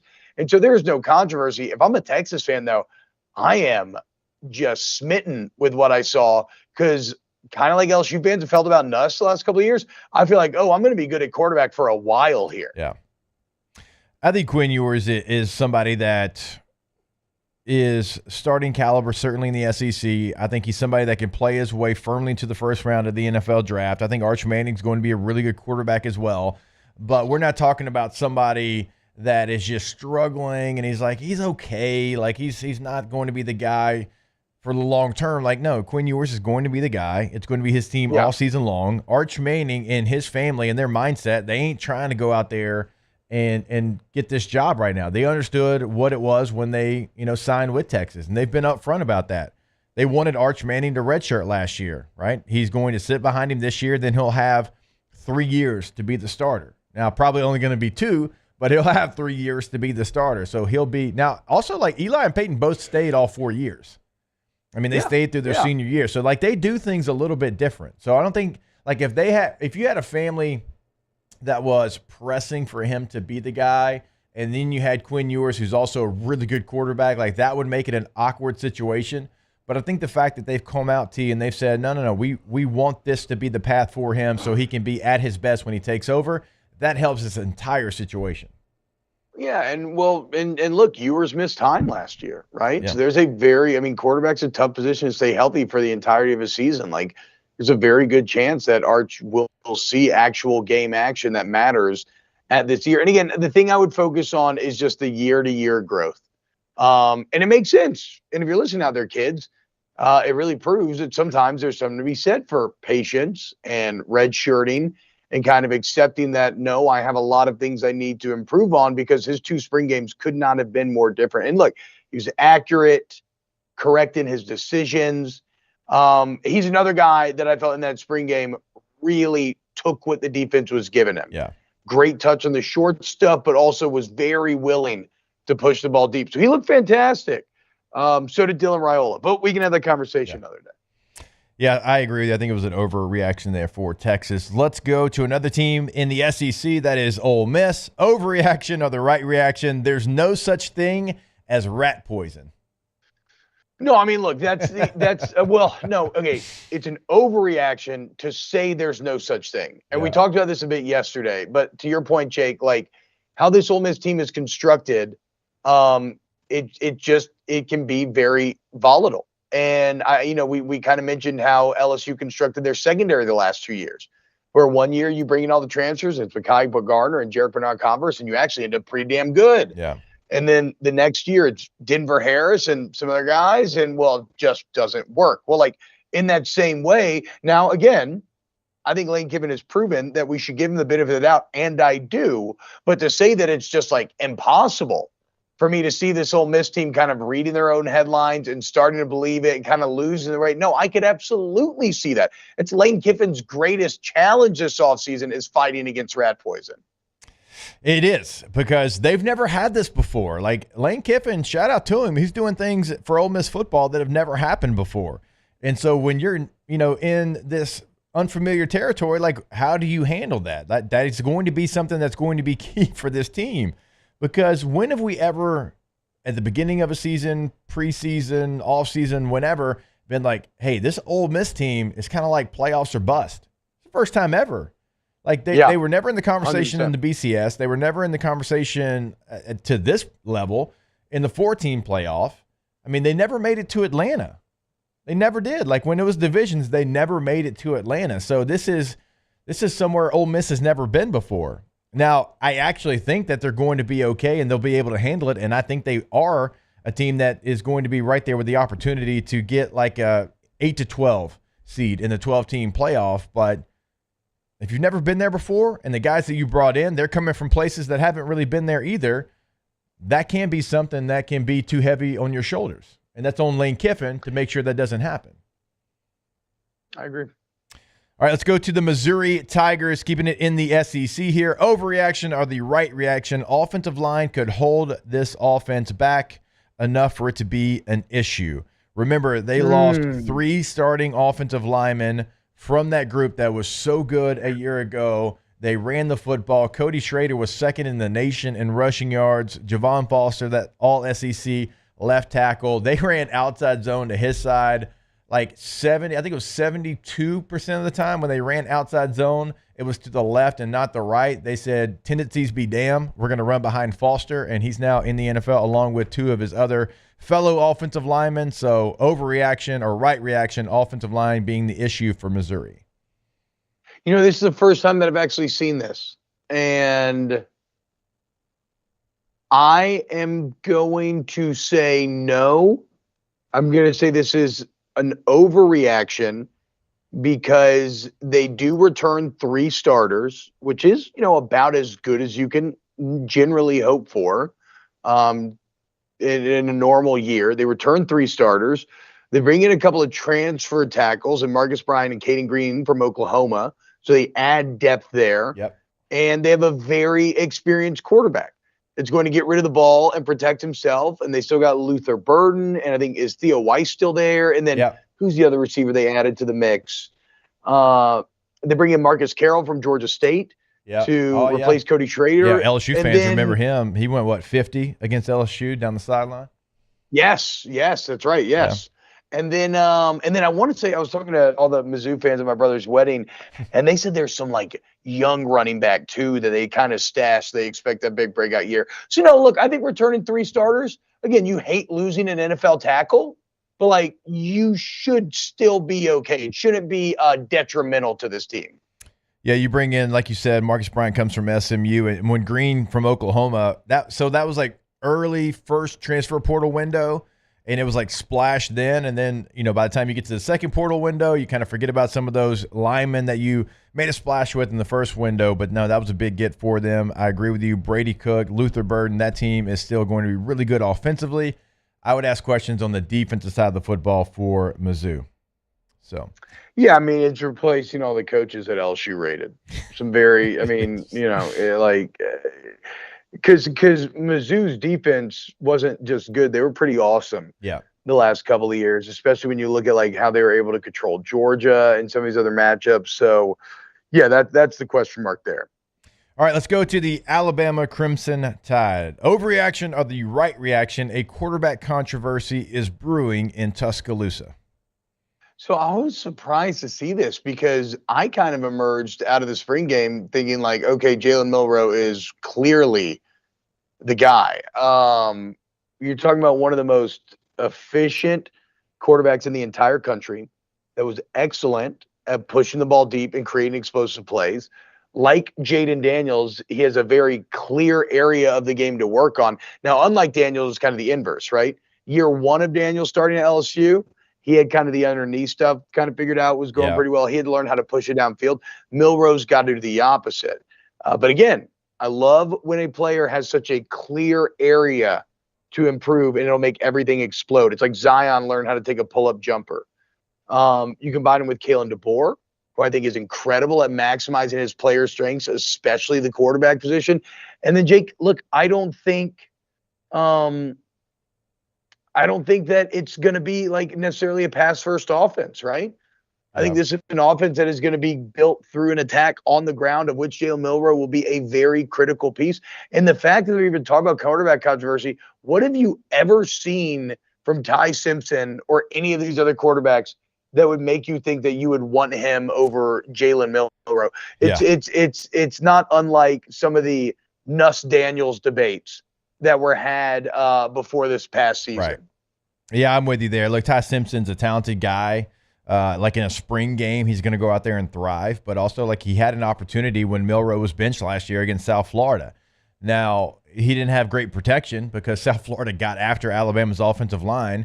But like that, hey, here's your showcase. Here's your time, okay? And you didn't do anything in that time to showcase your talent, and so Milroe got the job back. So and then Milroe thrived, and so no, it is Jalen Milroe, and if anybody else is a starter for Alabama, it's because Milroe can't go out there. Like, I would be shocked if anybody else takes a starting snap for Alabama if Milroe's available to play.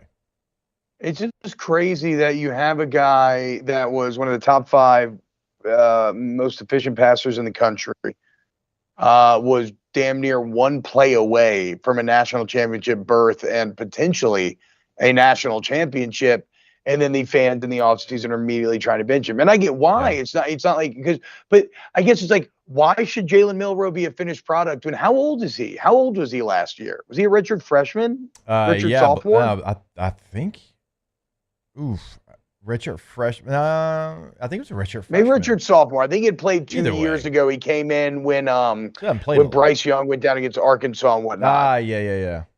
You're right. Either way, he's a young player starting his first year. Of course he's going to have areas in which he struggles. Like, I hate to be so nice about Milroe in Alabama, but like, the potential ceiling for him is a bit intimidating. Yeah. That's okay. So Brian LaPlace does say, what receivers does Alabama have third to? That is the question. That's what I think they'll be run first, and that is their greater weakness, and it's an even greater weakness than that of Georgia. Yeah, and you lost your starting running back from a year ago. Now it's Alabama, and they've got a young 5-star guy that they've been talking about for months, but still, like, there's no guarantee. Until you show me you can go out there and do it, and not against Georgia Southern State Technical School, until you show me in the SEC that you can play running back and run in between the tackles, I'm not going to just say, oh, they can lean on the run game, because we just haven't seen it. And so, yes, that is a very fair question for Alabama and their offense. Kalen DeBoer, that is his biggest challenge. You had 3 dudes last year.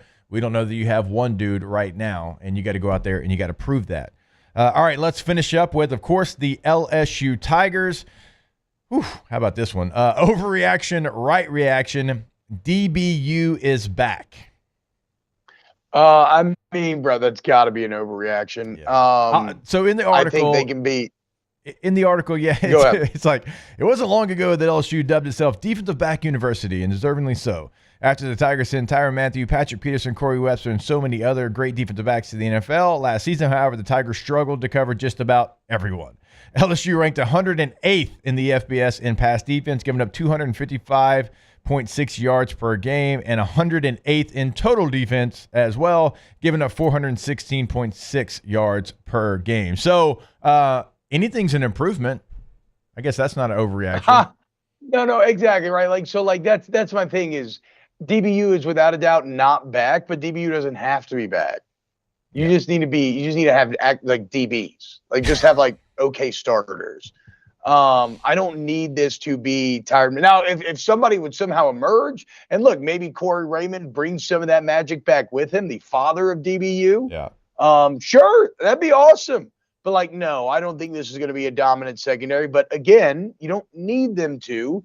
You just need them to be middle of the pack. You need them to not be the absolute disaster that they were last season. I agree with you there, T. You just need them to be 55th. And look, I know that sounds like a loser mentality. I get it. But when you were 108th, now you had an incredible offense, 3 first-round picks. But when you were 108th and you still finished in the top 15, if you're 55th a year ago, T-Bob, you're in the college football playoff probably. You're at least you beat Ole Miss. Yes, you're having a chance to do it. You're having a chance on the road against Alabama because the offense was so good. You have a chance. No, you win the game against Ole Miss, right? If you have the 55th best defense in the country. And so, for those reasons, you don't have to be DBU. You just have to be somebody that's respectable and not awful. Let's put a pin in this comment from Brian LaPlace. We can circle back around to it after Mailbag. He says, what part of LSU's defense is the greatest improvement this year? I think we got to go to break, but I think there's some meat to chew on there. I agree. I like that comment. We'll come back today. We have Mailbag when we come back. More OTB coming your way on 104.5 ESPN Baton Rouge. Off the Bench with Hester and T-Bob. ESPN Baton Rouge, New Orleans, Alexandria, and 1130 The Tiger. All right, go to TrashRangersLLC.com, TrashRangersLLC.com, and there you can sign up for Trash Rangers. You can pay your bill with Trash Rangers. You can do a lot of different things, including seeing the 4.7 out of 5-star reviews. That's 3,886 ratings and reviews. So you've got the substance there, and you can see what they can do for you. That's not 3 reviews, 4. We're talking about almost 4,000 reviews and 4.7 out of 5. Go check out the website. Right, you can see reliable weekly service, the no hidden fees, weekly text reminders, 225-401-0838, TrashRangersLLC.com, T. It's right. You can also call 225-363-9053. You see the red cans. You already know that's your boys over there at Trash Rangers. Local cats, okay? Do not be confused. There is a Trash Rangers Waste Solutions that just sold out to Waste Management. That is not Trash Rangers of Louisiana. So again, trashsignup.com. Go there today. In times of need, get a full list of phone numbers, websites, and other important emergency information on the Demco Stormwatch page at 1045ESPN.com. He's here. Anyone want a Coors Light? Oh, shoot, I forgot to play the song. I got a guy who can fix this. Bayou Chrysler Dodge Jeep Ram is taking $11,000 off the new 23 Dodge Charger. We're open for business in our beautiful new showroom and taking $11,000 off the powerful new Charger.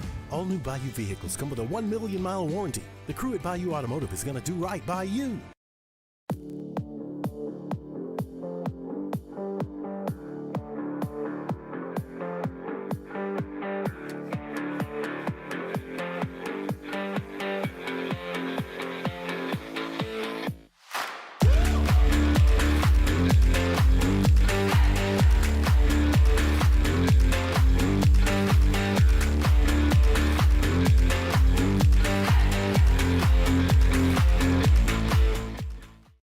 Hey, it's Matt Moscona. For years, you've heard me tell you about Insurance Network of Louisiana, helping you find better coverage for less money. But it's not just for your home and auto. They also offer commercial property. So, retail stores, professional offices like doctors, dentists, attorneys, clothing boutiques. Insurance Network of Louisiana can find you better coverage for less money. They service the entire state of Louisiana, and they're local. So call today at 293-0450 or lainsurance.net.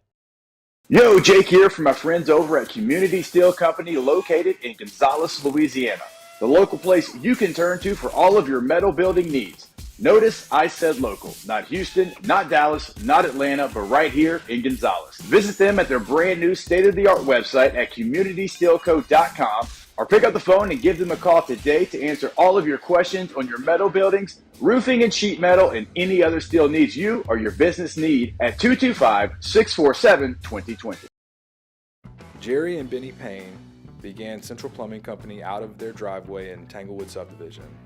50 years later and 4 generations down the road, we continue to serve Baton Rouge and the surrounding areas for all of their plumbing needs. Residential, commercial, industrial, or hospitality, Central Plumbing is here 24/7, 365.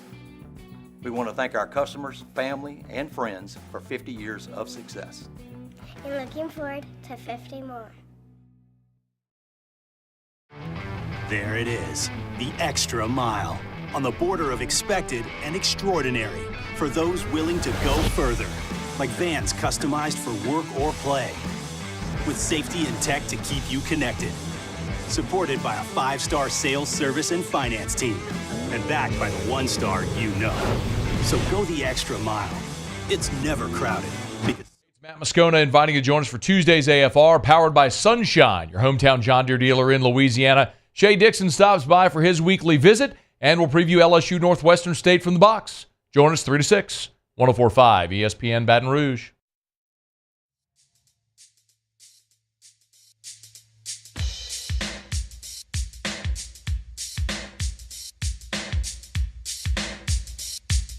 All-Star Toyota presents Off the Bench with Hester and T-Bob. ESPN Baton Rouge, New Orleans, Alexandria, and 1130 The Tiger.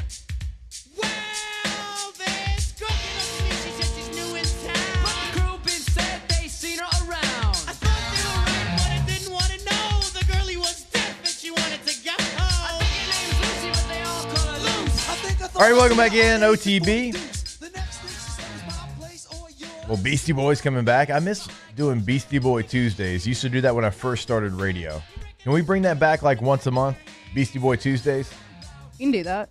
Yeah, good. It is Tuesday. I know, so I'm saying. It's Tuesday. Yeah, it is Okay, Tuesday. cool. We played 2 Beastie Boy songs already. Yeah, we'll do that. That's what I'm saying. Alondra did it and didn't even realize she was doing it. All right, it is Tuesdays, so it is time for OTB Mailbag. Special delivery! I have this special delivery for off the bench. And look, it is marked most urgent. We'll be writing to you. The internet. What the is the internet?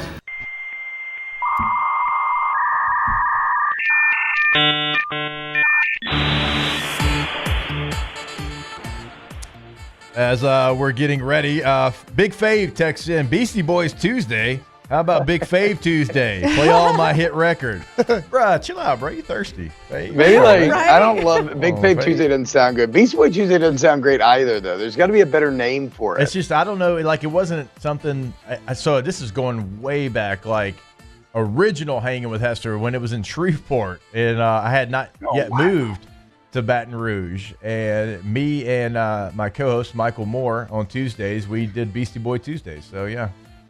Beastie Boys Day? How about Fave Fridays? Yeah, I was thinking Big Fave Fridays. That's the exact for sure what I was thinking. I'll play one Big Fave song. You can't ask to get the stuff played. Like I guess it's got to that's happen true. organically. Yeah. Nah, bro. That's called that hustle, man. I mean, respect the Fave. I feel you, dog. I'll take some like side money from him if he wants me to do that. I will. Okay, we need to get into questions, but I will a say gift too, card if to, we want to talk Small Drake and Slaughters. Kendrick, I did about an hour of research yesterday and listened to all the I've got songs, nothing. but we I can get there know later. absolutely nothing about this, but my sister and my cousin who are young, they're keeping me very updated on this, but I haven't heard any of the songs, but they're like that J. Cole's getting roasted because he backed out of it or something like that. I can explain if we want it. You can ask me, and I think I have an okay grasp of the Okay. situation. But we can get into mailbag right Oh yeah, now. true. I have no idea about Big any Fave, of it. pay so. me if you want your music played. Small Slaughters gift card for Alondra. OTB Mailbag. Who drives the most out of you and your wife? Probably my wife, because she's a wedding photographer and she shoots North Shore, New Orleans, Lafayette sometimes. So yeah, definitely my wife. Yeah, I think my wife's always in the car going back and forth between drop-offs and pickups. So, yeah, definitely not me. I drive here and then to whatever kind of practice after my wife is already dropped off at practice. I just show up and pick up. Taylor? I do all the driving pretty much. Whether that's good or bad. Ain't nobody gonna drive my truck. We don't even take my truck. We take her car. She hates riding in my truck. Hashtag OTB Mailbag. Who should be the next celebrity roast? It's got to be somebody with a lot of controversy. Drake. Yeah.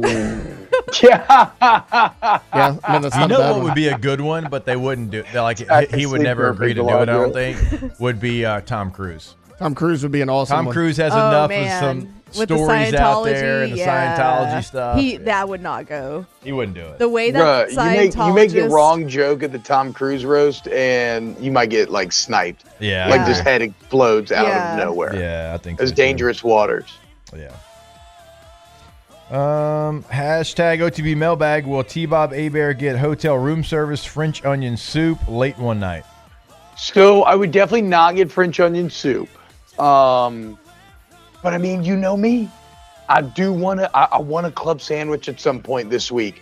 But then I feel guilty because I feel like I'm wasting a meal that I should be spending somewhere out in the city having some more traditional Chicago fare. So Yeah, I'm still up in the air. On the I room get service. that, T-Bob, but no matter where I'm at, one night is reserved for a room service club sandwich, French fries, Diet Coke combination. Sounds so good, dude. Oh my God, that sounds so good. You know what I mean? Like, who knows? Maybe after Wrigley tonight. I need the rain to hold off so I can go drinking around Wrigley and then go home and with a nice little buzz order like a club sandwich and some fries to close out the night. That sounds fantastic. Yeah, I think that's the plan. Hashtag OTB Mailbag. You all saw Stephen A. basically tell Shedeur Sanders to shut the hell up because he's a 4-8 quarterback and hasn't earned the right to talk like his daddy has. I mean, shout out Stephen A. if he said that. I got to go watch I this haven't seen clip. that. I've not seen that clip. Yeah, I mean, look, that's a valid take, you know? That's a valid take. Now, like I said, I think that whole debacle was a PR misstep for Coach Prime especially. But even for Shedeur, dude, you should be above all that nonsense, right? You can be a top 5 pick. You're going to be a quarterback. And I know that NFL teams kind of like for quarterbacks to be kind of above it all.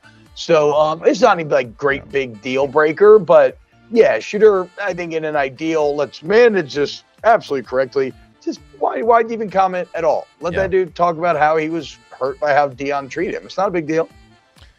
Brian, we're going to come back to your question about LSU's defense and where they're going to see maybe the greatest improvement because I feel like that's worth the conversation and not just like a little quick little hit. So we'll certainly come back to that one. Hashtag OTB Mailbag, vacation in Europe or Australia? T-Bob thought that was the same place. No. Europe for sure. T-Bob only Europe, knows about New Zealand when it comes to other countries, and that's because of Lord of the Rings. Yeah, no, I mean, look. I'm gonna no, definitely not. That's arch rival. Yes. No, I would go Europe, man. European history, right? I mean, I just love it so much. There's so much there. There's not the top 10 most deadliest snakes, top 10 most poisonous insects. Yeah. Top 10 most dangerous ocean creatures. No, Australia's maybe. I would love to go one time, but it intimidates me a So little y'all bit. correct me if I'm wrong, because what I know of Australia is every like major anything is along the coast, and then the middle is just like a lot of what T-Bob's talking about, right? Yeah, like a lot of things that want to kill you. Plus, I have an Australian Shepherd. He's out of his mind. I'm good. I don't need to go to Australia. Yeah, I don't think I'd ever go to Australia, to be honest. Could you box a kangaroo and win? No. Absolutely. Oh my Absolutely. God, he I do a lot of swears. shadow boxing. I would I knew smash a shadow kangaroo. boxing What do you was going to mean? come up. What do you mean? It's a stupid little kangaroo. What's he gonna do? Hop on me? Bro. I'm gonna choke that thing out. things Literally are a full Ryan You have Garcia now on that thing. you have now said you'll choke out a kangaroo, a wolf, and what was the other one? Orangutan. Okay. An orangutan was the other one. That's 3 Okay, animals to that be you said you fair, could choke out. to be fair, if the wolf and the orangutan wanted to kill me, they could. I think there's a chance I could use human brains to intimidate them by just kind of yelling and trying to get into alpha mode and kind of make them back down a little bit. No, not happening. There's no chance. Hashtag OTB Mailbag. Why is a club sandwich so much better under the chrome platter? It just is. It just is. I don't know how to explain it. So no. I mean, I think there is some They explanation take time here, on a right? hotel And club sandwich. It doesn't have to do. Like, it they doesn't have take to do with the time chrome on it. platter. It's like you're a little tired, right? If you're in a hotel, you're generally traveling. You're out of your comfort zone. A club sandwich is something that's deeply familiar. It's a very simple, delicious combination of ingredients. And honestly, guys, it's hard to screw up. You know what I'm saying? Yeah. Like, you can order some things at room service, be like, oh, that has too much blue cheese on it. Or, oh, like, that doesn't taste good. Like, it is really hard. You may not have a great club sandwich, but it is really hard to make a bad club sandwich. So it's very comforting when you're outside of your own area, normal routine, to have something so delicious and recognizable. Sometimes the room servers' burgers are super bomb too. Yeah, they're good. Yeah. for sure. I agree. Yeah, not as consistent as a club, Right. but if they're done right, yes, I But agree yeah, with that's that the as thing. well. Like the consistency. Like They sometimes can't be they're burnt. it can't be a little cold, and the bun can't be soggy either. So you got to I just be don't- careful. If I they don't like bring it anything right, burnt. though. Y'all know me, like whisper heat to my steaks. I don't like my hamburgers burnt either. So, hashtag OTB Mailbag. If you had to relive a journey, would it be, God bless you, Thank you. would it be Lord of the Rings or Star Wars? Lord of the Rings. Who's seen Star Wars? The thing is, like, when I think about these worlds, are we talking about me actually living as the character? Because I don't want to do either. No. Like the the journey journey of of watching watching the movie, them I for the think is what first he means. time. And not Lord of the Rings. not what Lord of the your Rings. not what your experience was, because I know Star Wars meant a lot to you at the time. But like, if you had never seen Star Wars or Lord of the Rings and you got a chance to sit down and watch them, I'm going Lord of the Rings. No, yeah, it'd be Lord of the Rings 100%. I mean, Well, Lord of the Star Rings Wars is changed like- my life legitimately. Star Wars has 20 movies too many. So This mean- isn't Well, an no, let's say option. for the purpose of this conversation that you just be watching like the Skywalker saga, those 9, or maybe even just the original trilogy. all right, I'll go Star Wars because I've never seen the original trilogy. What about this? I'll throw a hashtag OTB Mailbag. A series of movies, right? So something that has at least 2 movies that you could rewatch. I know T-Bob's answer would certainly be Lord of the Rings. Is there another one that we could put into this category? Not a movie, but I would rewatch Game of Thrones. Like if I've never, I wish I could unwatch Game of Thrones so I could Yeah. rewatch it for the first time again. That's why like House of Dragon got me so fired up, because it was new True. Game of Thrones, Yeah. right? And we had something that was going to be in the same world with, some of the characters that their ancestors that we, knew for so long. And so that's a good one. I mean, Dune 1 and 2 were pretty special. Yeah. So far, I would say. Also, I don't give a damn about Matrix Revolutions, I knew Matrix is coming but from I you, would yeah. love to experience Matrix and Matrix Reloaded again. Y'all are going to be like, of course, this is Jake's answer. Give me Die Hard. Oh yeah. Give me Die Hard. That's great. 1, 2, and 3. Now, the ones after that, like, whatever. But 1, 2, and 3. 3 might be actually my favorite of the bunch. I like this I'm trying to answer think. from Brian, Alien and Aliens, Yeah, because those are 2. I don't know that you'll find back-to-back movies that are both very, very good, but are more deeply different from each other. Yeah. Like Alien, the first movie, the Ridley Scott one, is like a horror movie. It's tense. It's constantly on the edge of your seat. And then you get to Aliens with James Cameron, and it's like this over-the-top fun action movie. And both work fantastically. So that's a great little 1-2 combo there. Yep. Look, it's they're not great movies plot wise, but they're super easy rewatch. The original 3 of Indiana Jones. Yeah. That's a movie one. blind That's spot. good. Not That's the good most call. recent 2, but the That's original comfort 3. food movies right Yeah, there. if we're Rewatch. talking comfort food, give me Back to the Future. Yeah. Yeah. Absolutely. I'd Another love- great comfort sit food down, movie. Back to the Future, never seen those before. I would love to sit down and watch those. Any psychological thriller that like Midsummer blew my mind the first time I watched it. So good. Which Yeah. one? Midsummer. Taylor's thinking Summer Catch. Not Summer Catch, Taylor. Yeah. All right. On that note, that's good. Taylor, there is no way that Taylor and Alondra know Jake about the Freddie Prinze Jr. vehicle that is Summer Catch? Y'all know Summer Catch. I saw it a long time ago. My parents made me watch it long time ago. I was When in the like guy high stands school. up on the table, I love big women and they love me too. Yeah. No, I don't know that. I saw it like literally. That's me. Literally 15 years ago, I watched this. All right, it's going to do it for OTB Mailbag. And when we come back, it is time for Taylor's NFL story of the day here on OTB. Off the bench with Hester and T-Bob. That's me.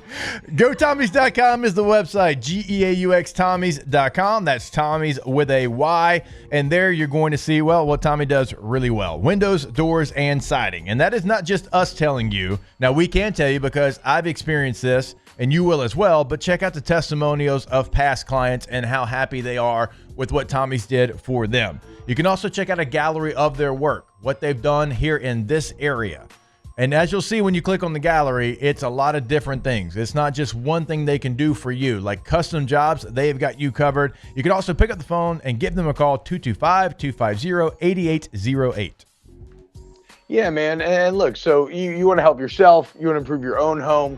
You want to get into that hardy plank or vinyl siding, wood or vinyl windows, any type of door like Tommy's there. You make them one of the bids, right? But also help out OTB, right? And those that we partner with, because we wouldn't tell you about them if we didn't believe in them. GeauxTommies.com. Go Tommy! Our listeners fire off their opinions on the JimsFirearms.net hotline at 499-1045. Keep listening for your next chance to shoot us your thoughts with the JimsFirearms.net hotline on 1045 ESPN Baton Rouge. Gulf Coast Bank and Trust is giving our customers the power to bank anywhere, anytime during this challenging event. And we're right there with you. Our mobile banking app is a smart way to manage your money and time. Gulf Coast Bank and Trust, the bank that cares about you.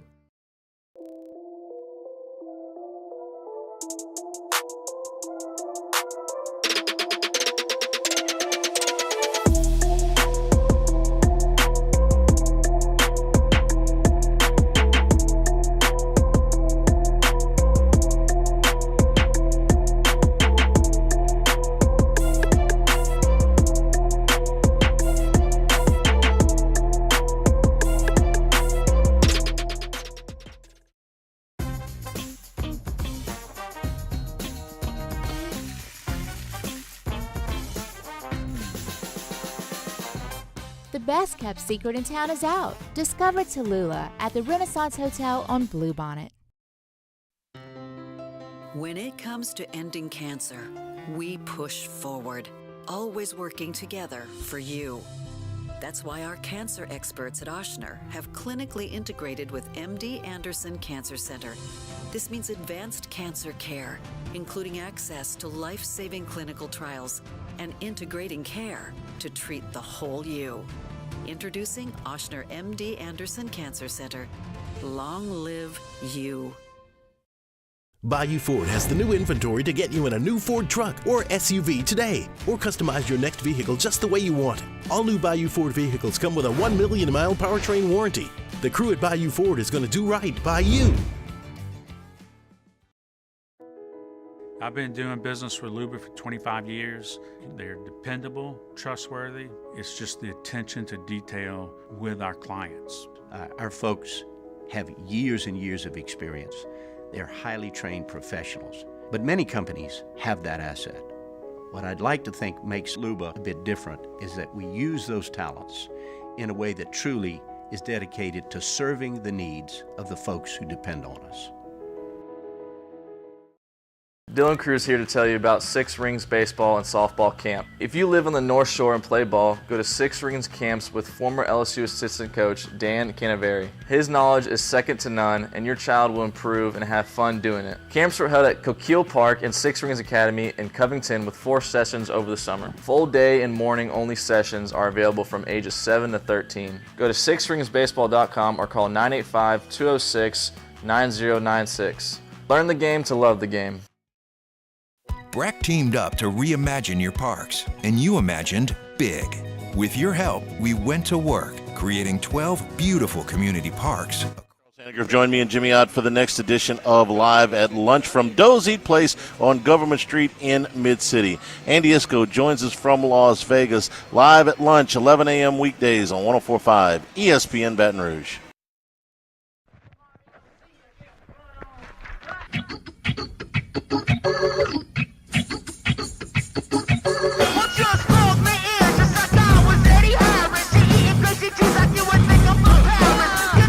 All-Star Toyota presents Off the Bench with Hester and T-Bob. ESPN Baton Rouge, New Orleans, Alexandria, and 1130 The Tiger.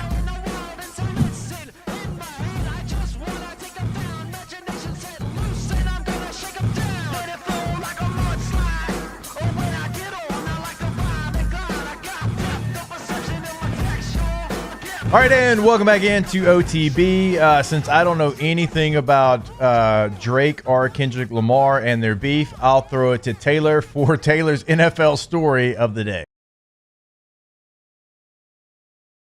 Tiger, Joe Burrow, the first time since his wrist surgery that knocked him out last year, he's back at camp. He was throwing, and he was throwing quite well. You know, the Bengals put out a bunch of stuff on their social media yesterday. I mean, just on the money throws. And this is an offense, in my opinion, next year that's going to be based around the pass more so than ever. And I know that's weird to say with Tyler Boyd being gone, but you get rid of Joe Mixon, you replace him with Zach Moss, who's not really a between the tackles runner, but I mean, you saw it last year in Indianapolis. He was excellent out of the backfield. For sure. They're going to use him as a weapon out of the backfield a lot. Joe Burrow looking like he is on track to really pick up right where he was left off. I know people have been worried about him because he's had so many injuries so early in his NFL career, but I mean, you can see it right there. Just on the money, we expect nothing less. But Joe Burrow back at training camp, throwing fully. He fully participated in their, padded portion, whatever they did for the first time since his injury. So he is back and ready to go full speed for the NFL season. I'll throw this around to the room. T-Bob, obviously love to get your input on this as well. Are we worried at all about the weapons for Joe Burrow just because of the T. Higgins situation where you franchise him? He's not happy. I don't know how that situation is going to play out. Tyler Boyd is still an unrestricted free agent. You don't sign him back. The only receiver that you draft is Jermaine Burton, and we know how up and down that he can be coming from Georgia and Alabama. I like Zach Moss. I think Zach Moss is a good player. And also like Chase Brown a lot. That's somebody that's going to get a ton of carries for them. But any concern about the weapons for Joe Burrow, and you yet again start over at tight end as well? I mean, I don't think the weapons are as good, certainly. I mean, like you're laying out, but like ultimately in the NFL, if you have the quarterback can make the best of a situation, right? Like an elite quarterback matters more than anything. I watched Drew Brees for 15 years elevate all of the weapons around him. He still has his guy, Jamar Chase. They'll find some other. I think the bigger question for Burrow is just health, and it's so kind of crazy in the NFL how quickly fortunes change. Where 2 years ago he's off his second season in a row, starting every game. They're 12-4. They make the Super Bowl, damn near win it, and then now after going 5-5 and getting hurt, only starting 10 games last year, like. I mean, does Burrow feel like an afterthought when people talk about the best quarterbacks in the NFL now? I mean, I would firmly put Joe Burrow at 2, but I rank him higher than most people do. I mean, outside of Patrick Mahomes, who's had more playoff success than Joe Burrow recently. Who's figured out Mahomes more than Joe Burrow? Exactly. Nobody. He still has a winning record against Patrick Mahomes. I mean, people aren't pointing that out, but no, I'm not worried about their weapons. If you get the T. Higgins thing figured out, like, yeah, Burton's inconsistent, but he would be the 3 on that team. He would really just be your vertical threat next to Chase. I'm fine with that. They get Mike Gesicki in the offseason, so they upgrade at the tight end spot. Yeah. They bring in Eric All, who's a really solid tight end in his own right, and then Zach Moss out of the backfield. I think his weapons are fine. And Gesicki's just got to be more consistent. Like, Gesicki's he's either going to have 8 for 80 and 2 touchdowns, or he's not going to have a target. Yeah, but that's the thing also, right? Like, he's been inconsistent. How much of that is the offenses he's been in? Because when he was with Tua, he just likes to take shots downfield to Waddle and Tyreek Hill. And then, last year with the Patriots, that whole situation was a mess. He's also going in to a lot better situation. He does need to be more consistent, but I think Burrow will also allow him to be more consistent. Noah Kane also signed there, by the way. Missed that. LSU. I don't think that matters. LSU, come on, man. Trying to give him a little something. I think people are forgetting about Joe Burrow because of the injuries, but again, I'm with Taylor. I would put him in the top at least 5 quarterbacks in the NFL right now, and I'm not super worried about the pieces around him, but it is a little concerning. Just with the uncertainty of T. Higgins, and I've been around players that when they got the franchise tag and they were still angry, they showed up to work every day, but it wasn't with the same. I don't even know if I can say this, but give a damn. I was going to say piss and vinegar, like Mafia used to say all the time, like the same piss and vinegar they had when they were hunting for that contract. Right, and you're kind of wondering how that's going to. He asked for a trade. He didn't get traded. Right. So is he going to be a distraction? Is your heart in it? So those are going to be I think questions for his second biggest weapon in T. Higgins. So it's something they need to figure out for sure. But look, the protection is going to be better. He's obviously got Trent Brown. Marius Mims, I think, is a little bit of a project. Yeah, I think I was a reach at 18. Yeah, you bring him in though. Look, if he can give you anything solid, it ain't like Joe Burrow's been behind the Eagles' offensive line his whole career. So, if you could upgrade in that spot as well, I think it'll be fine. Yeah, I'm going to look up where the saying piss and vinegar came from Tommy Moffitt during the break. We'll take that break now. Wrap up hour number 2 of OTB when we come back here on 104.5 ESPN Baton Rouge. Off the bench with Hester and T-Bob. Go to getgordon.com. Getgordon.com. Go there and get it done today. Well, actually, they're going to get it done for you. And so you can go to the website. You can see what they can do for you in the courtroom. Past client results. Cases that they can handle for you. Also, you can get any question that you have answered right there on the website. You can get your consultation. That is free consultation set up on that website as well. So the website is getgordon.com. And then if you're looking to see what they're doing in the community, because they're always doing something in this Baton Rouge and really throughout the state of Louisiana, you can go to Get Gordon on all major social media. That handle is always going to be, well, you guessed it, Get Gordon. Just a few examples of the accidents that Gordon handles. Car accidents, truck accidents, personal injury, maritime injury, industrial accident, worker comp, wrongful death, mass tort, slip and fall accident, social security disability, nursing home neglect, explosion, fire injury, motorcycle accidents. It's all there for you, okay? If you need somebody who's going to fight for you and get you what you deserve and stand up to the insurance companies. And also, how about your favorite athletes on the G team? Get Gordon, get it done. In times of need, other important emergency information on the Demco Stormwatch page at 1045ESPN.com. Elevate brand visibility, ignite customer engagement with the power of radio and digital advertising combined. Guarantee Digital Media brings the two together as a trusted media partner in Louisiana for nearly a century. Claim your free digital audit at guaranteemedia.com. Bayou Ford has the new inventory to get you in a new Ford truck or SUV today, or customize your next vehicle just the way you want it. All new Bayou Ford vehicles come with a 1 million mile powertrain warranty. The crew at Bayou Ford is going to do right by you. Bayou Chrysler Dodge Jeep Ram is taking $11,000 off the new 23 Dodge Charger. We're open for business in our beautiful new showroom and taking $11,000 off the powerful new Charger. All new Bayou vehicles come with a 1 million mile warranty. The crew at Bayou Automotive is going to do right by you. When it comes to ending cancer, we push forward, always working together for you. That's why our cancer experts at Ochsner have clinically integrated with MD Anderson Cancer Center. This means advanced cancer care, including access to life-saving clinical trials and integrating care to treat the whole you. Introducing Ochsner MD Anderson Cancer Center. Long live you. Hey, it's Matt Moscona. For years, you've heard me tell you about Insurance Network of Louisiana, helping you find better coverage for less money. But it's not just for your home and auto. They also offer commercial properties. So, retail stores, professional offices like doctors, dentists, attorneys, clothing boutiques. Insurance Network of Louisiana can find you better coverage for less money. They service the entire state of Louisiana, and they're local. So call today at 293-0450 or lainsurance.net. Yo, Jake here from my friends over at Community Steel Company located in Gonzales, Louisiana. The local place you can turn to for all of your metal building needs. Notice I said local, not Houston, not Dallas, not Atlanta, but right here in Gonzales. Visit them at their brand new state-of-the-art website at communitysteelco.com Or pick up the phone and give them a call today to answer all of your questions on your metal buildings, roofing and sheet metal, and any other steel needs you or your business need at 225-647-2020. Jerry and Benny Payne began Central Plumbing Company out of their driveway in Tanglewood subdivision. 50 years later and 4 generations down the road, we continue to serve Baton Rouge and the surrounding areas for all of their plumbing needs.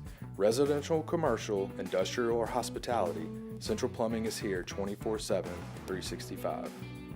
We want to thank our customers, family, and friends for 50 years of success. And looking forward to 50 more.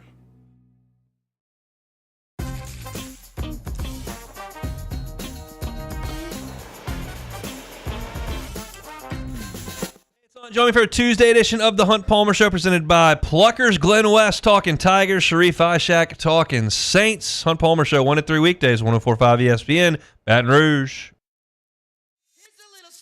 I got to tell about 3 bad brothers you know so well. It started way back in history with that Rob and me. Mike T. All-Star Toyota presents Off the Bench with Hester and T-Bob. ESPN Baton Rouge, New Orleans, Alexandria, and 1130 The Tiger.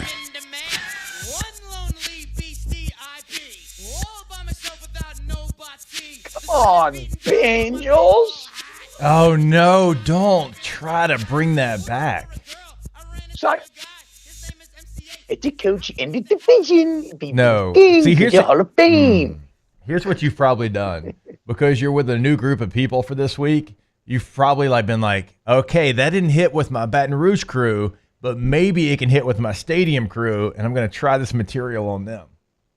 Should I try?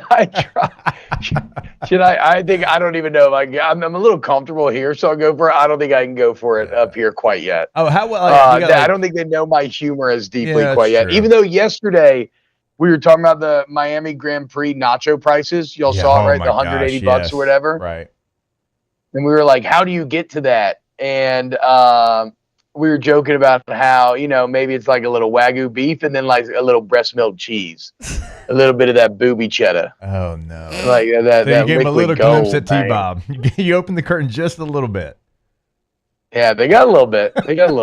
They're gonna learn more and more as the week goes on. How were the quick hits? Because we were talking about this before you left. Like, here, like it's long form and we can just ramble on and on and on and on. We can see a squirrel and we can follow that squirrel. How were the quick hits yesterday? It just feels so short. I know. It just feels like if you're getting paid a ton to do TV, that's not a bad gig. Yeah. I mean, it's like 17-second hits. That's what I'm saying, dude. I mean, it absolutely flies by. So it's cool, man. It's cool. It was actually a bit more fun and a bit less strictly produced than I was thinking. So that was great. Yeah, that was great. Also great is Nick Underhill to talk New Orleans Saints. He's going to join us to do that when we come back here, hour number 3 of OTB. Off the Bench with Hester and T-Bob.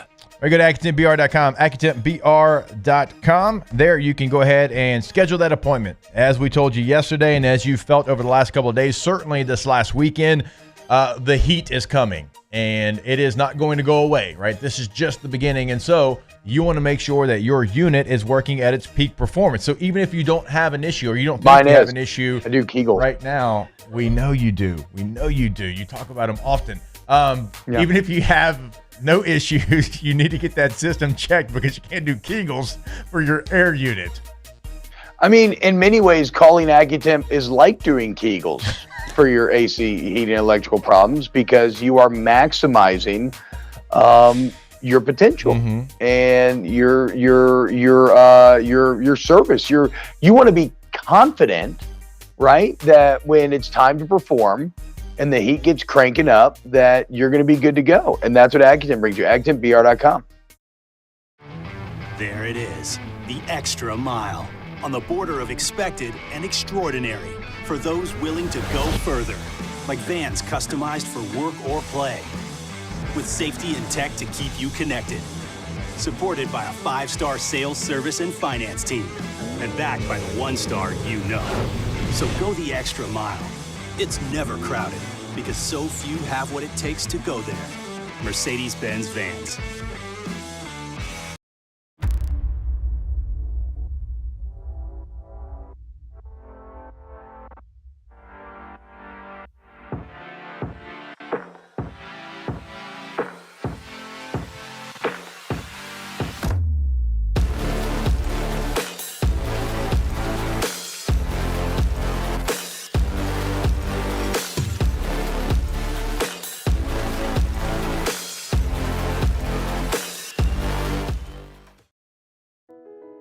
I've been doing business with Luba for 25 years. They're dependable, trustworthy. It's just the attention to detail with our clients. Our folks have years and years of experience. They're highly trained professionals. But many companies have that asset. What I'd like to think makes Luba a bit different is that we use those talents in a way that truly is dedicated to serving the needs of the folks who depend on us. Dylan Cruz here to tell you about Six Rings Baseball and Softball Camp. If you live on the North Shore and play ball, go to Six Rings Camps with former LSU assistant coach Dan Canaveri. His knowledge is second to none, and your child will improve and have fun doing it. Camps were held at Coquille Park and Six Rings Academy in Covington with 4 sessions over the summer. Full day and morning only sessions are available from ages 7 to 13. Go to sixringsbaseball.com or call 985-206-9096. Learn the game to love the game. Breck teamed up to reimagine your parks, and you imagined big. With your help, we went to work, creating 12 beautiful community parks across the parish. A family-sized water park, miles and miles of trails, and parks just for your dogs. There are more places to splash, to explore, to run wild, and even soar. You imagined, we delivered gold. Breck, your #1 park system in the nation. Electricity is all around us, and our families depend on it. Every day is sparked by the power of a cold drink or a warm meal, a movie night, and a comforting light at the end of a dark hallway. From sunrise to sunset, playtime to bedtime, our team is ready to take care of your electrical needs, even in the case of an after-hours emergency. The light in your life shines brighter with Mr. Electric.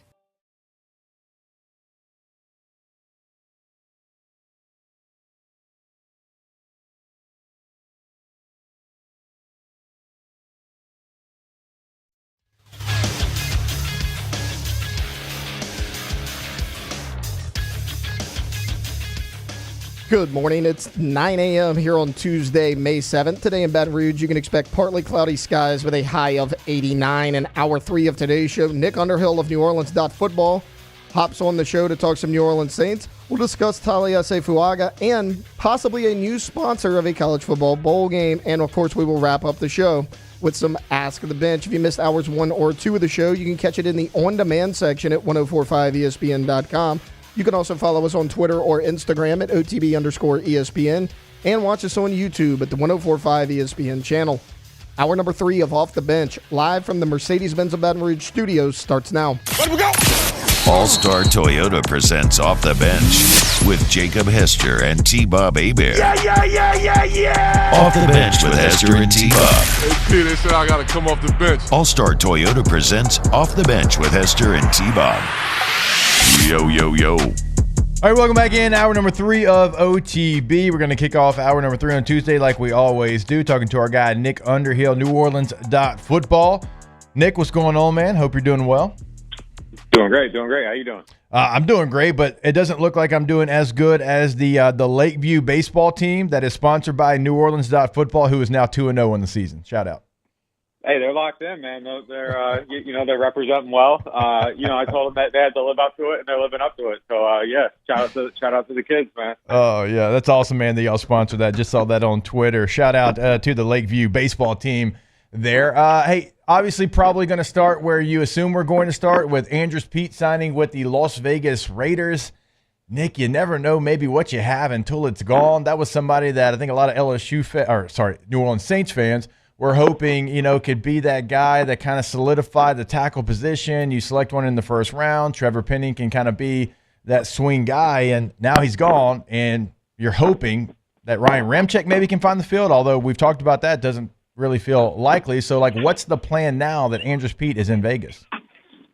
Yeah, I mean, it was something that I think it would have been smart to bring back if the market dropped enough on him. It's going to be interesting to see how much money he got. I mean, I do feel like it's a hit. As far as what they think is going to work out. I mean, I think they kind of view Uli Udo as kind of the swing guy in that position. But man, the offensive line, it just feels so thin. Until we see any of this stuff come to fruition, or how some of these guys are going to step up, I think it's just hard to feel good about that position overall. And I still have major questions about it. I think they're probably fine on the right side of the line with Fuaga and Ruiz, and then McCoy obviously at center, but the left side is still completely wide open. So I don't know what the plan is. I think they're hoping that Trevor Penning steps up and can be just a functional starter. I mean, Nick Saldiveri, someone that they still like at guard.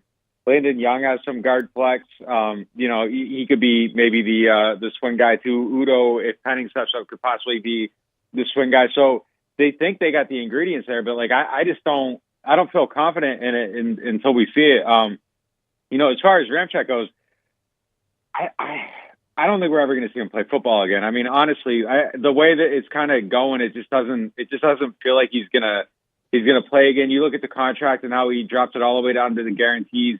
It kind of feels like there's just kind of like an agreement in place to please don't retire, because that would mess up the cap. Let this go for years, see how it is in a year, and maybe if everything comes together, make a decision then. But please do not make a decision right now. That's kind of my read on the situation. I think as things trend, though, I think everybody should prepare as if he's not going to play again. It seems like the Saints are preparing like that. If he does, it's a great surprise, but it just doesn't feel like he's gonna be able to play again.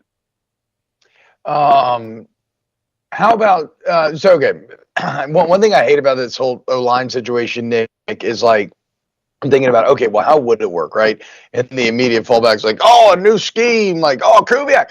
Is Kubiak taking on too much of a sort of cure-all sort of vibe, right? Anytime you feel bad or think okay, how could it work next year? It's just Kubiak and the new scheme. Is it unfair how much expectations being heaped on someone who is, relatively inexperienced at that job? Yeah, I mean, maybe a little bit. I mean, I think it's definitely something. I mean, yes. I think it is. I think it is kind of the thing where it's okay, well, he's going to be able to fix this a little bit. In terms of the discourse, I even find myself leaning on that probably a little bit too much. It's just sometimes it's well, he should make it a little bit better, and he should, though. He should objectively, it should be better. I know the ranking on the offense and everything wasn't terrible last year. You look at yards per game, points per game. They actually ended up in respectable territory. The last 4 or 5 games were actually good. But I do think that just kind of everything being built a little bit differently should help a little bit.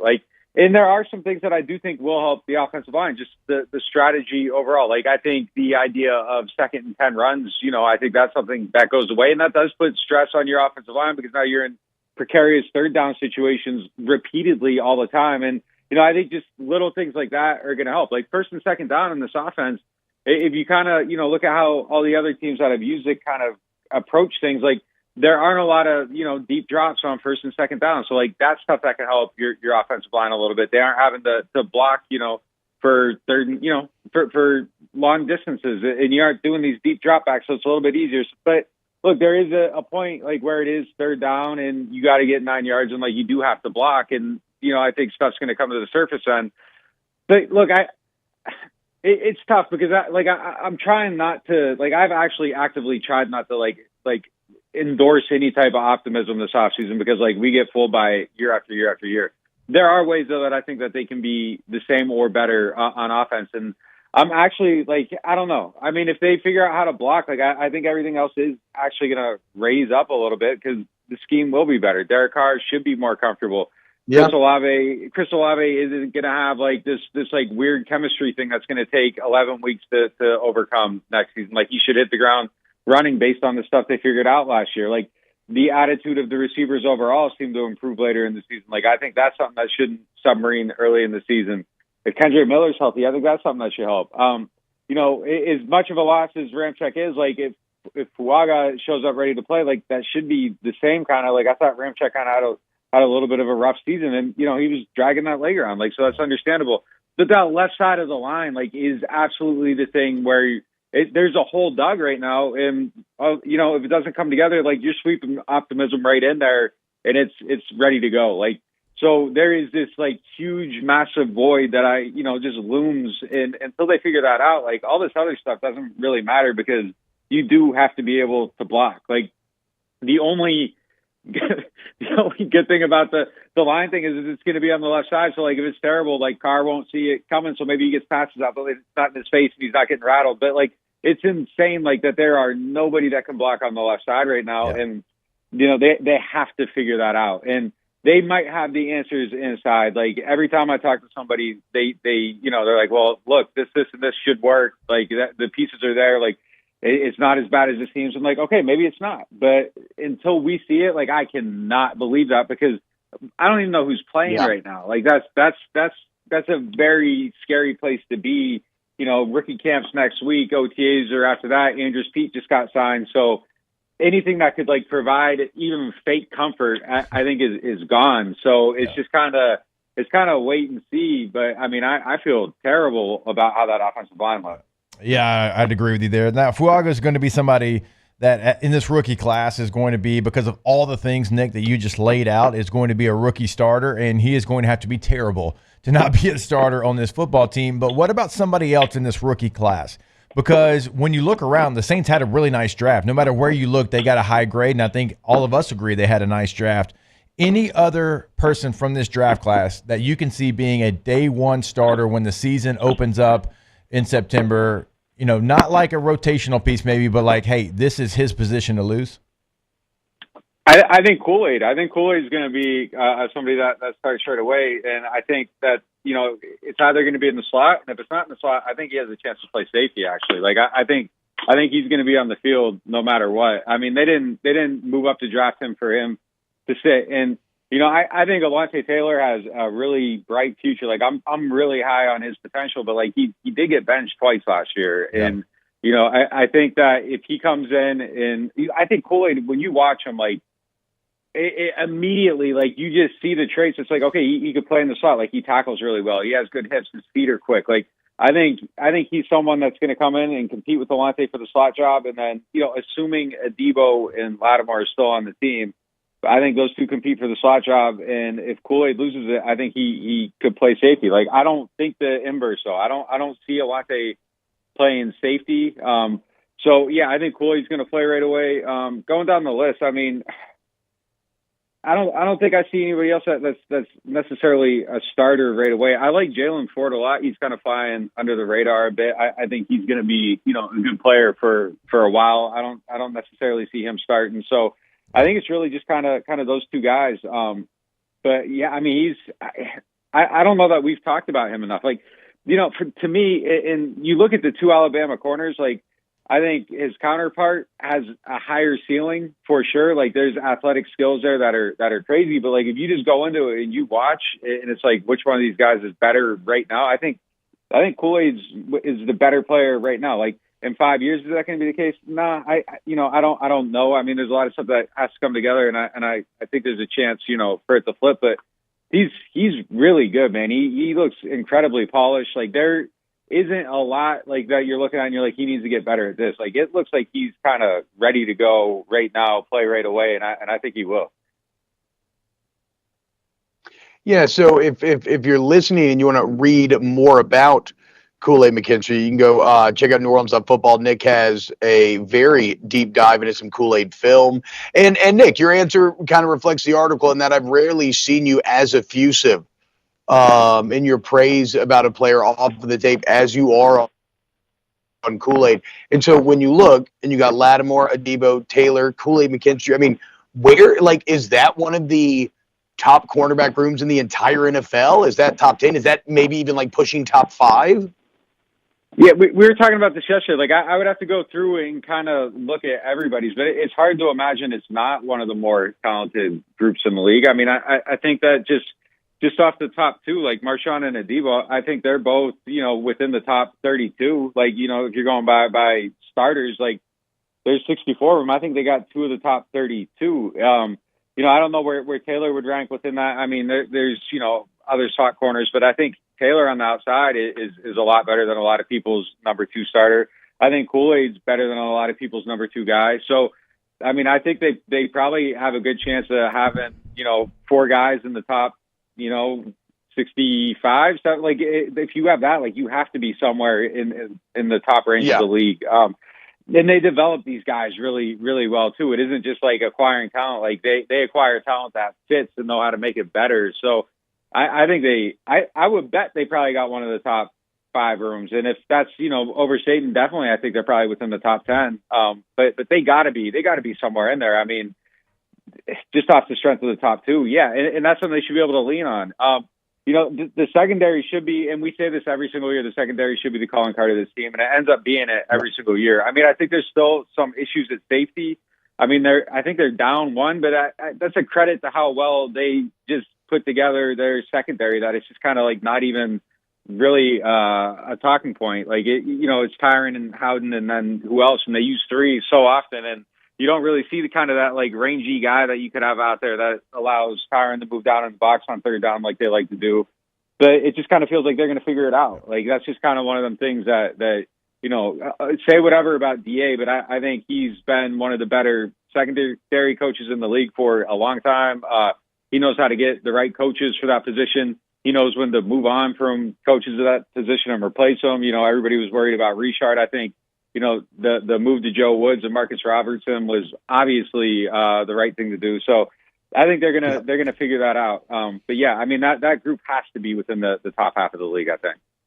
Nick, what's the latest with Chase Young? I mean, he signs and then we find out he's got an injury, he's got to have surgery, he's got to have a recovery time. What's the latest there? Because it's kind of been quiet since his signing.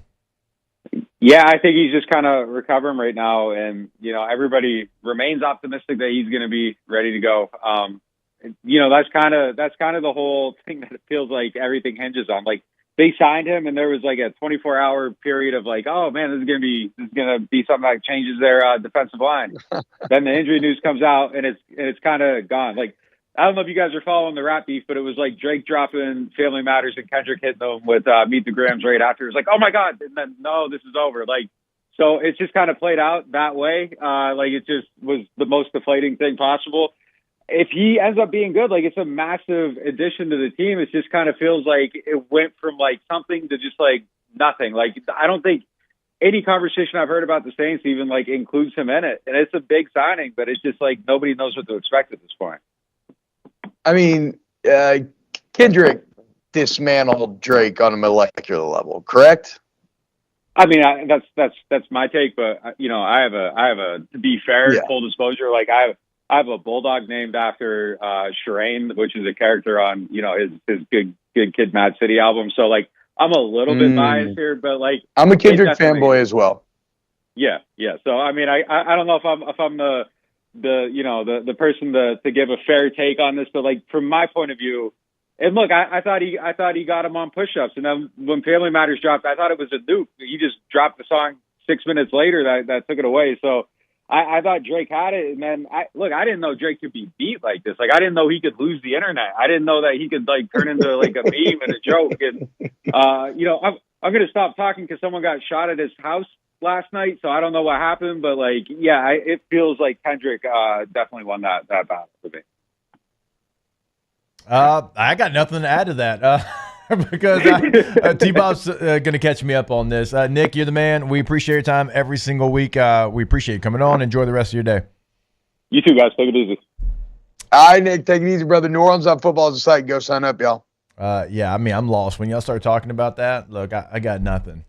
The whole, it's not so like the whole seems to go deep because there's a ton of music that has been released, but I can give you like a Cliff Notes version later.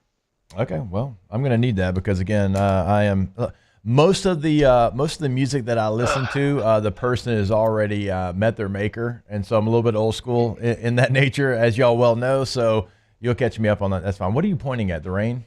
Doesn't look You good. see this rain, dude? Doesn't look good. It's not looking good for Wrigley tonight, dude. But we need this to clear out. They'll be there tomorrow. I'm still going to Wrigley no matter what. Even if it rains, I'll just walk around Wrigleyville and explore it. But like, well, they're in town tomorrow too, right? If they're there Tuesday, they're there Wednesday. During the day though, and I gotta be here. Oh, and then they're not there Thursday or Friday? No, this is my last chance. So I'm going no matter what. But here's the you can always go watch the White Sox. I'm sure they're in town. Who? The team that won 8 games this year in 35 chances. Who? Frank Thomas, the guy from the Albert Bell from the commercials used to play for. Yeah. Is he the most famous White Sox, or is it still Shoeless Joe Jackson? No, it's got to be Frank. Big It's Hurt? got to be Frank Thomas. For Oh, sure. The Big Hurt, dude. The all-time best Taylor nickname is ever. very much disagreeing with you right now. Be Shoeless Wait, Joe what? Jackson, right? I mean, the Black Sox, they made the whole movie and everything. Like, it has to be Shoeless Joe. He's one of the most famous people in all of isn't he baseball. they Can we weren't actually ponder this called the during a Black break? Sox?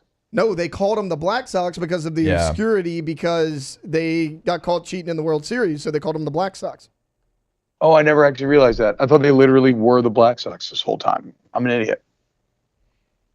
Well, you said it, not me. MMRGRP.com is the website to go to, MMRGRP.com. Remember, in your search engine, you can also type in MMR Baton Rouge, whatever search engine that you use. It's going to pull up those careers that we tell you about every single day. Again, I'm going to tell you, like, for the rest of the week at least.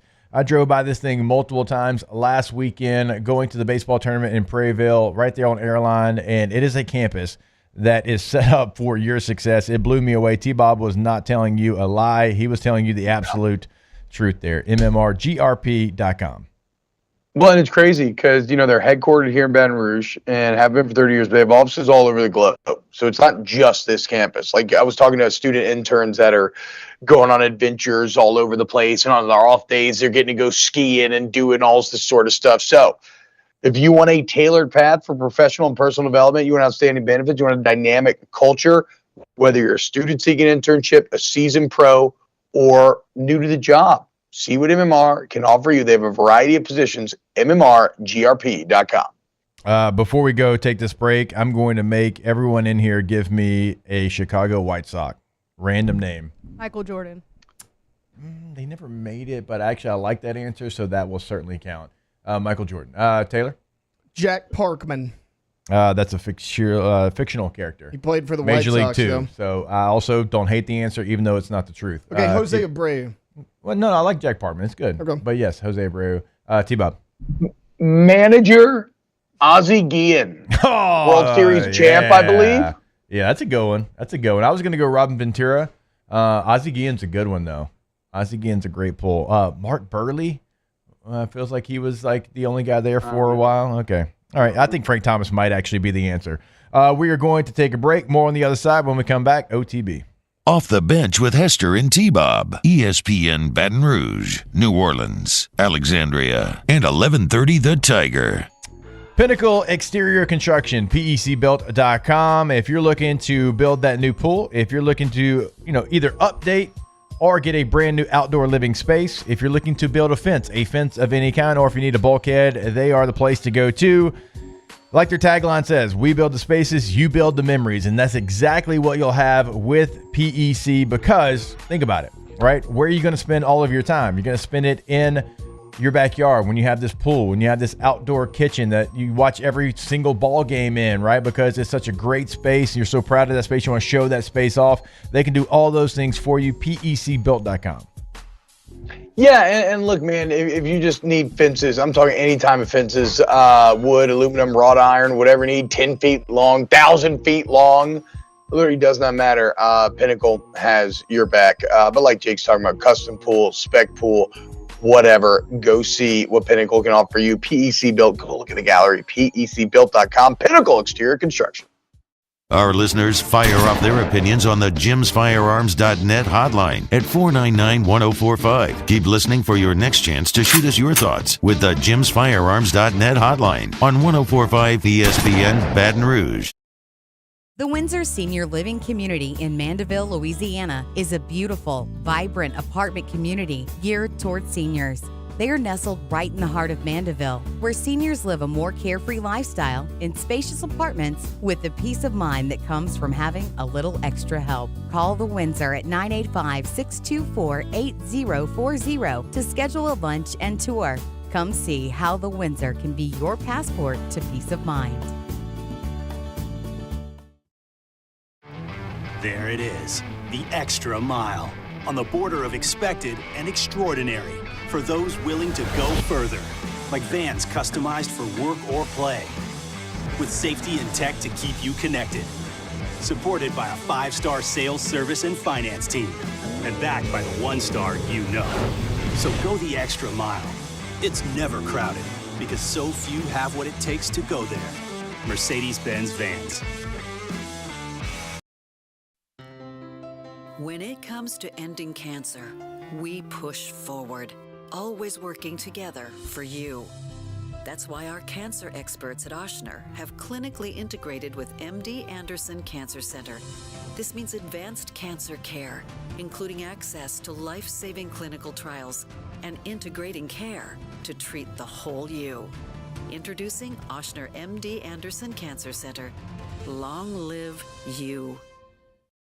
Hey, it's Matt Moscona. For years, you've heard me tell you about Insurance Network of Louisiana, helping you find better coverage for less money. But it's not just for your home and auto. They also offer commercial property. So, retail stores, professional offices like doctors, dentists, attorneys, clothing boutiques. Insurance Network of Louisiana can find you better coverage for less money. They service the entire state of Louisiana, and they're local. So call today at 293-0450 or lainsurance.net.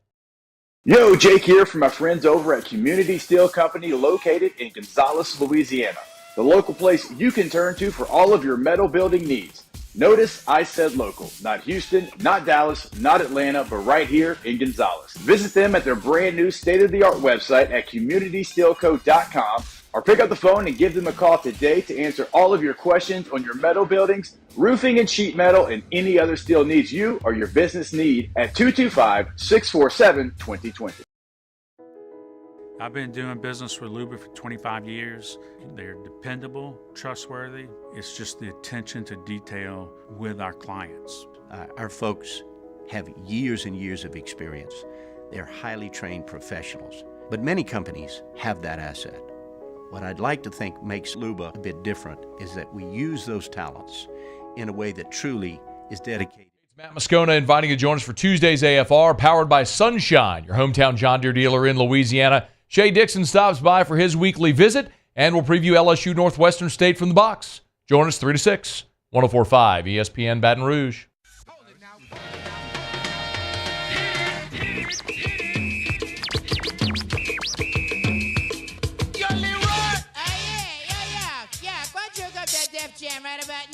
All-Star Toyota presents Off the Bench with Hester and T-Bob. ESPN Baton Rouge, New Orleans, Alexandria, and 1130 The Tiger. All right, welcome back into OTB. T-Bob, you know who else was a White Sox catcher? James McCann, Arkansas legend. Oh, I mean, how can we forget? How can we forget? A guy that's just letting us know about Jackson Holiday and his continued development in the Orioles organization. Yeah. Yes, now with the Orioles. Also a forgotten White Sox, King Griffey Jr. Oh, yeah. For like 10 minutes. Yeah. Yeah. I do not remember. We're talking about White Sox organization catchers. My friend plays for whatever their AAA team is. He's a catcher for them. I think it's the Birmingham was their AA for a long time. So whatever the AAA is, I don't know. I'm sure it's what are they like the sand crabs, the trash pandas. He was in Birmingham for a while, but he was like in Winston-Salem and then in Birmingham and not bad cities to live in. Yeah. So their AAA team is the Charlotte Knights. So I guess now he's in Charlotte. Okay. So we were talking about Alek Manoah yesterday. Yeah. Not on air, but we were talking about he caught Alek Manoah at West Virginia. Yeah. I got you. Okay. Shout out Ivan. Manoah's got to get some things. Oh yeah, he's got it. All right, T-Bob. Here in this segment, we said that we were going to go back to the question that was asked earlier in the chat. Oh yeah. About LSU and their defensive position groups and which one we can see the biggest improvement. Now, I don't want to steal yours, so I'll let you go first to see if we agree. I think we're probably on the same page here. I think it has to be linebacker. Yep. In that, while I like the potential of the secondary, your most raw talent, kind of headlined by Perkins and Weeks, probably lines up at that middle linebacker position. And then there's the impossible to ignore Blake Baker effect. Yeah. And it's not just like we talked about Nate Yeske with the baseball teams at time this year, and Make no mistake, it seems like the pitching staff is taking a step back. But I'm like, well, yes, maybe some of that is Yesky's like maybe struggling a bit, but maybe more of it is just about Wes Johnson being awesome, right? And look at what Georgia baseball's doing. Like that would probably speak to that, right? Well, in this case, it's the inverse, where it should improve drastically because Matt House, that was the position he was coaching. And I think he was doing an actively bad job. Players didn't understand their assignments. They weren't making plays. And so now, not only do you have a lot of talent there, but you go from House to Baker, a guy that we've already seen engineer the craziest turnaround I've ever seen in Damone Clark from 2020 to 2021. And it's like, okay, there's a ton of reason for excitement there. So, yeah, I think the answer is clearly middle linebacker. I agree with you, and you probably knew that, as you said, because of other things that you just laid out, too. It was a group that, honestly, last year, I think they just went off their talent because they were a talented group, and the plays that they made were based off their talent, not the coaching that they received. And so, like, they weren't the worst unit on this LSU defense last year, but there can be big improvements for them. And Blake Baker and what he did with Damone Clark, and gosh, Blake tells a great story of, like, when I got here, people told me Damone Clark couldn't play, and I'm like, are y'all seeing the same human being that I'm seeing? Like, this is somebody that can not only play, but he can be one of the best players in the conference, and now he's a starting linebacker for the Dallas Cowboys, right? So, like, you look at the Weeks brothers, and you look at Harold Perkins, and you look at, like, all the things, and Penn, and Greg Penn is somebody. Greg Penn's still there, yeah. Greg Penn's somebody that was solid down the stretch as well. Like, it's a room that's got a ton of experience now, and it's got a ton of guys that can do different things. I think that's important, too. Like, if you're looking at that room, you're never going to confuse any of those players for each other, which I think is a good thing for LSU because you can use them in multiple ways in multiple positions. Yeah, and Brian LaPlace asks, what's the main difference between House and Baker's style of coaching? I don't know about the style per se, but one thing that I think I can say with confidence is that Matt House was struggling to communicate responsibility to his players within the scheme. And that is one of the biggest separating factors from, I think, being an NFL coach and a college head coach. In the NFL, players have to meet you on your mental level. If they don't, they're cut. And you probably got a player who's nearly as good and can do it mentally, right? In college, you have to you have to meet the players, right? Because the players are your players. You're not just going to have guys waiting in the wings to do the same thing. So you have to meet your players where they're at and give them things that they can digest and understand. And that's something that Baker has been excellent at. And I think that was actually probably the main problem with Matt House last year. I agree with you. I think communication is the big difference. When you talk to players that have played for Blake Baker, they have a voice in the room. And when you hear about, how Matt House was, it was like, hey, here's what it is. Here's what it's going to be. And I'm not saying that the players run the meeting, but you have to have input from the players. You have to allow them the ability to talk in the meeting room because at the end of the day, the coach isn't out there on the field. The players are. So what are you seeing? What are you feeling? What's going on out there? Tell me so I can help correct you or I can put you in the right position. And I was very fortunate in my career. I had coaches that allowed you to kind of set the scene for them.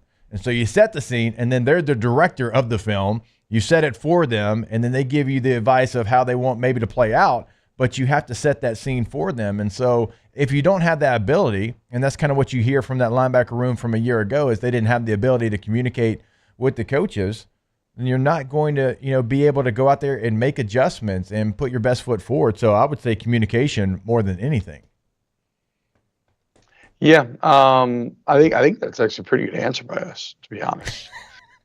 You know what I want to get into next too? These early betting lines. Did you see these from DraftKings? I did.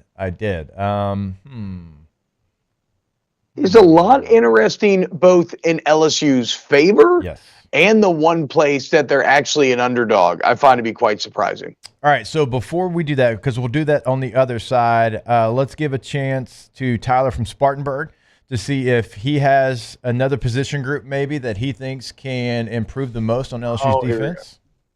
First off, shout out Tyler from Spartanburg. Dabo didn't lose a game after that phone call, so maybe you should consider adding him to the coaching staff. That's true. No, I mean, yeah, linebacker's the obvious answer, but since y'all went there, I'll go safety position in general. Not the secondary, just the safety spot. You move Major Burns to the star position, which I think is a lot more natural position. Sage Ryan played really well at safety, which he has not gotten to play his entire time here at LSU.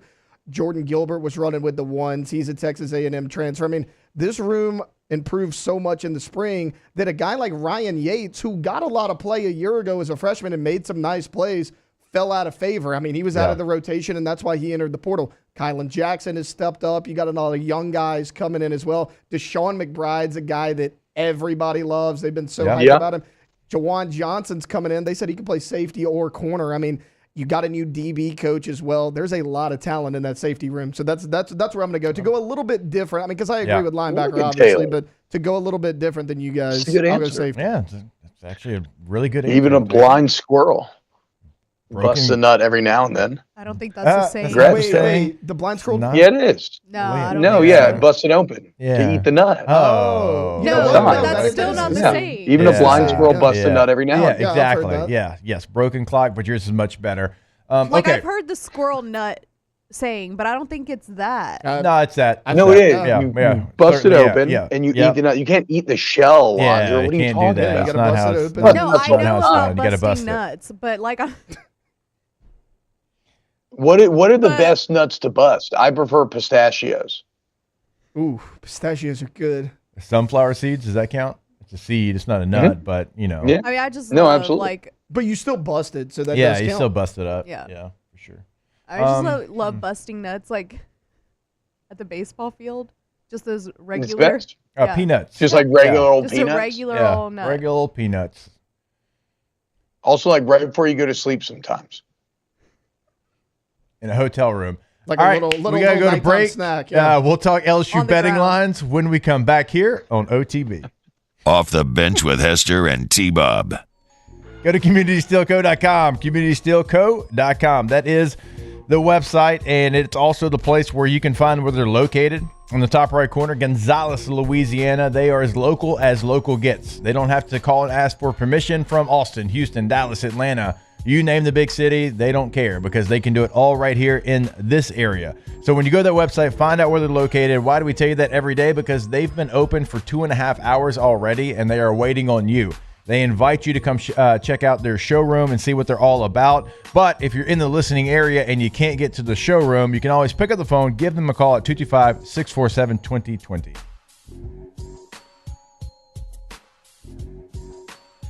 Okay. We're just going to have to go full disclosure here. It's like that part in Private Parts where Howard Stern talks about how, like, you know, I've been going here since I was a little kid and grand opening this weekend. I zoned out so hard, I have no idea what read you just did. CommunitySteelco.com is the place to go. Community Steel Co. Right there in Gonzales. Perlin, Tubing, Community Steel.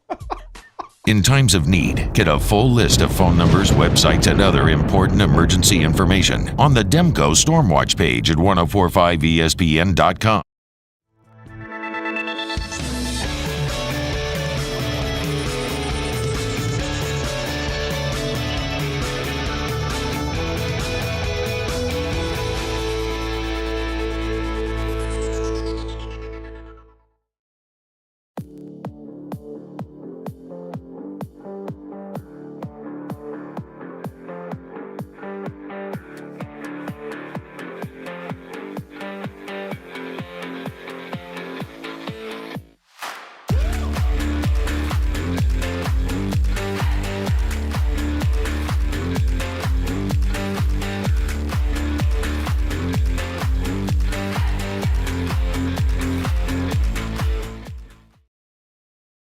At Relief Windows, we're more than windows. We're windows, doors, party plank, and vinyl siding. But our number one product is always customer satisfaction. Visit us online at reliefwindows.com. Oh, by the way, we do shutters too. When it comes to ending cancer, we push forward, always working together for you. That's why our cancer experts at Ochsner have clinically integrated with MD Anderson Cancer Center. This means advanced cancer care, including access to life-saving clinical trials and integrating care to treat the whole you. Introducing Oshner MD Anderson Cancer Center.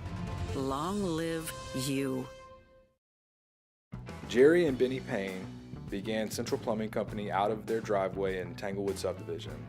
50 years later and 4 generations down the road, we continue to serve Baton Rouge and the surrounding areas for all of their plumbing needs. Residential, commercial, industrial, or hospitality, Central Plumbing is here 24/7, 365.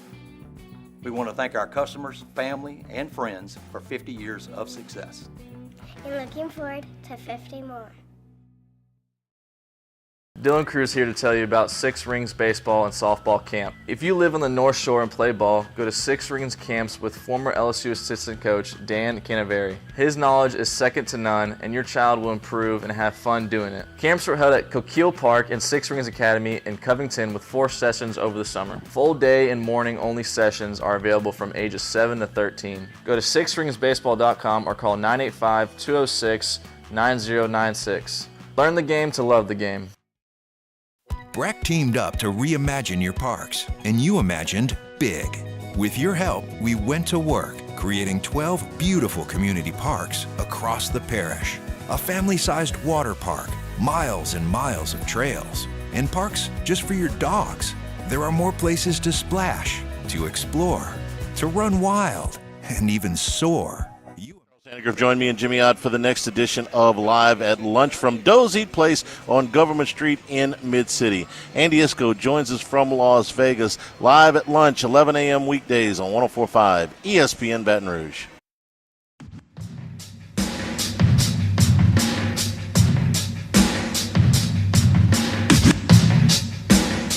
All-Star Toyota presents Off the Bench with Hester and T-Bob. ESPN Baton Rouge, New Orleans, Alexandria, and 1130 The Tiger.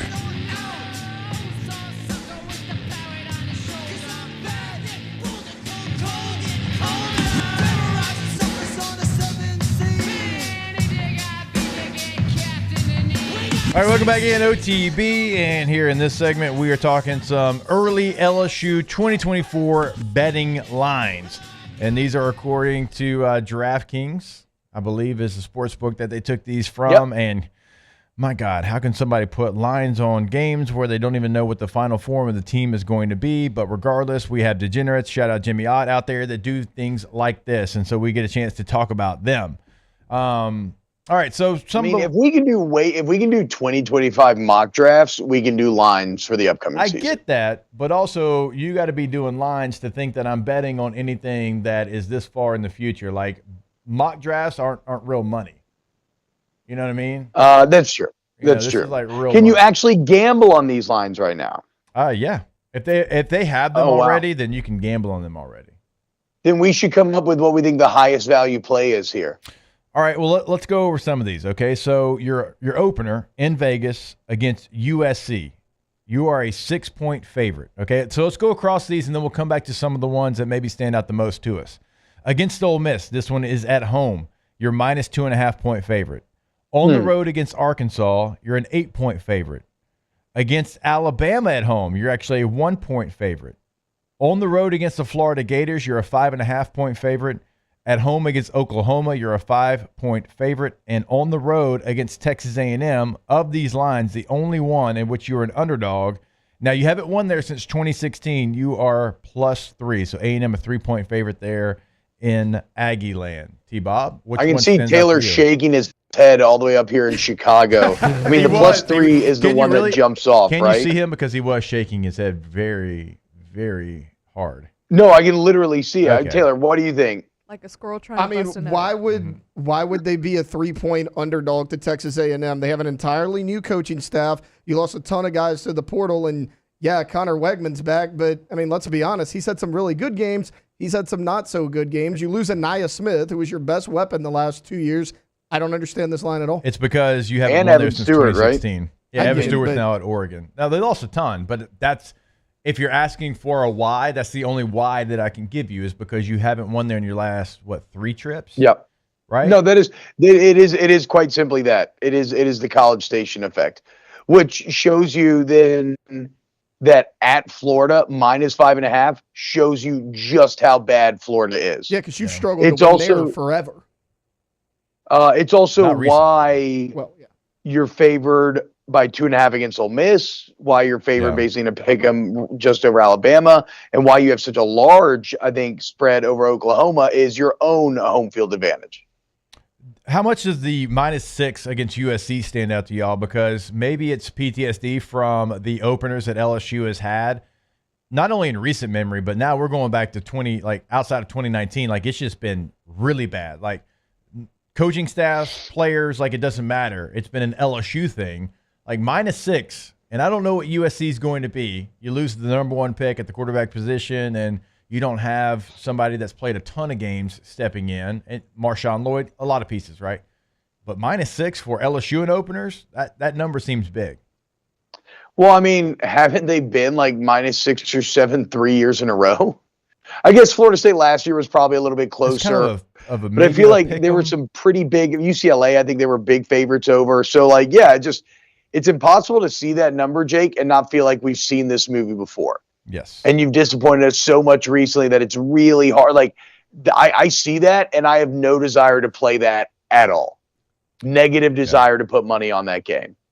To go back to Texas A&M, though, I'm looking at our record versus them the last few years. The last 3 games we played at Texas A&M, we lost them. So maybe that's also why. Yeah. That's what we're saying. No, Like, since that's 2016, it's not been good in College Station. No. Yeah. Are you all surprised, even though it's in Baton Rouge, that that LSU's getting, it's a pick 'em, but that LSU even has the minus next to his name compared to Alabama? Actually, maybe Ole Miss. Is Ole Miss the more surprising? Of anyone on there, Ole Miss might be the most surprising because of the things that we talked about earlier in the expectation for Ole Miss. For Alabama, I really don't know who they're going to be. I think they're going to be a well-coached football team that's competitive in every game, but they're not going to be dominant like they have been, at least not right now.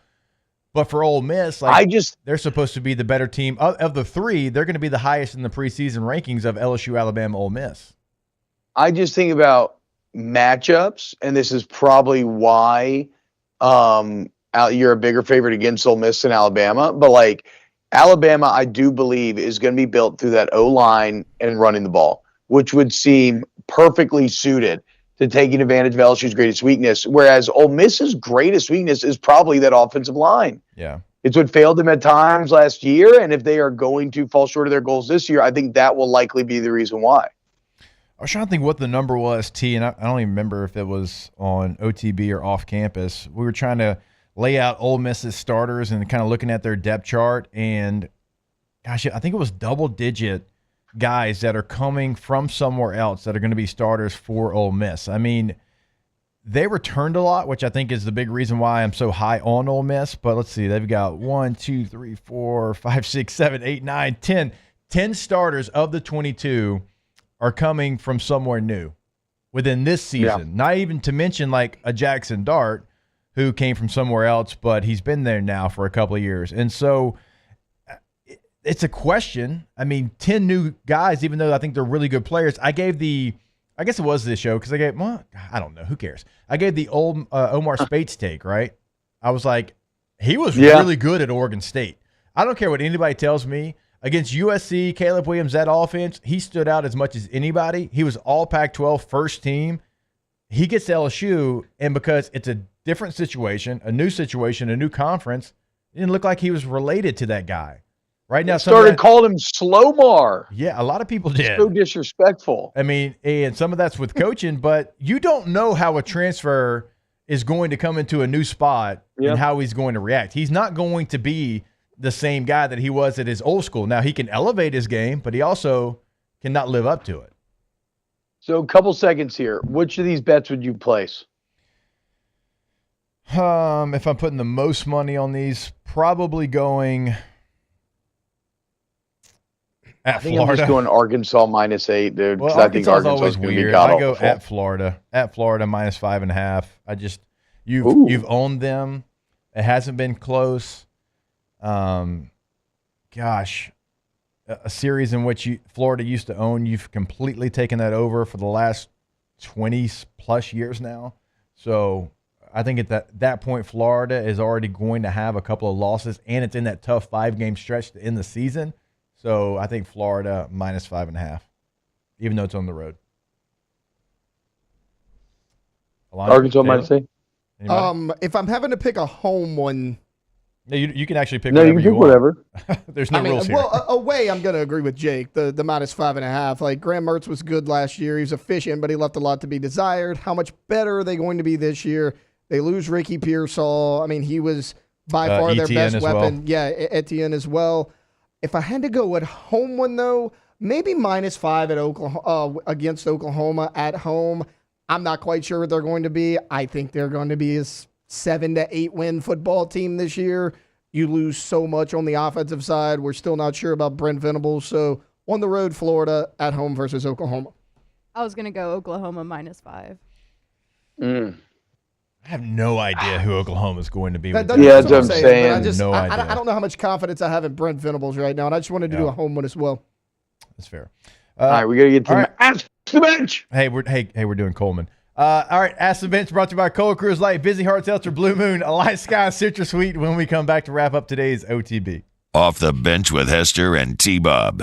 ColemanRoof.com, truly a one-stop shop for all of your roofing needs. Like we tell you every single day, if you've got some kind of a storm and you find out you have a leak, well, Coleman can come fix your roof, but also anything in the interior of your home that got damaged from that leak. That's where the construction part of Coleman Roofing and Construction comes in. They can come in and fix that as well. So to find their contact information in your area, because remember, they are throughout our listening area, go to ColemanRoof.com. Right there in the top right corner of the website, it lays out that number for Gonzales, Baton Rouge, Madisonville, Houma, Lafayette, right? Your area, they've got you covered. ColemanRoof.com. ColemanRoof.com, the most complete, the most reliable, the most respected roof company in Louisiana. And Jake just told you there, any area, any size job, any type of job, and the interior construction as well that's needed to complete the job. So take advantage of the dynamic culture. Take advantage of the work super hard. Leave no stone unturned for you. ColemanRoof.com. Our listeners fire off their opinions on the JimsFirearms.net hotline at 499-1045. Keep listening for your next chance to shoot us your thoughts with the JimsFirearms.net hotline on 1045 ESPN Baton Rouge. Farming is a way of life for us. It's not something we get up in the morning and dread going do. It's just something we go to bed at night looking forward to getting up to go do. John Deere equipment is what we as farmers strive to have. It's in your blood, it's in your veins. It's just a part of who you are. Green is what we want to be in. The other tractors were acquired to patch it up to get to where you want to be. Where we want to be is in John Deere. Flip the switch and learn more about what it means to be powered by sunshine at sunequip.com.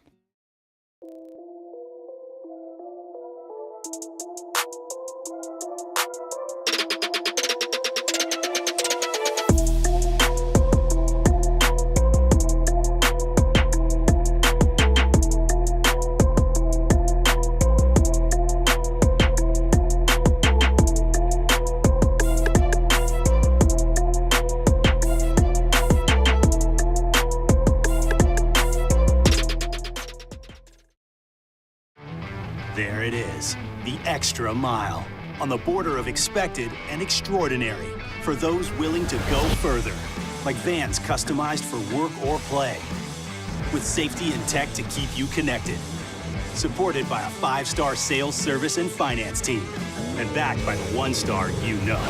So go the extra mile.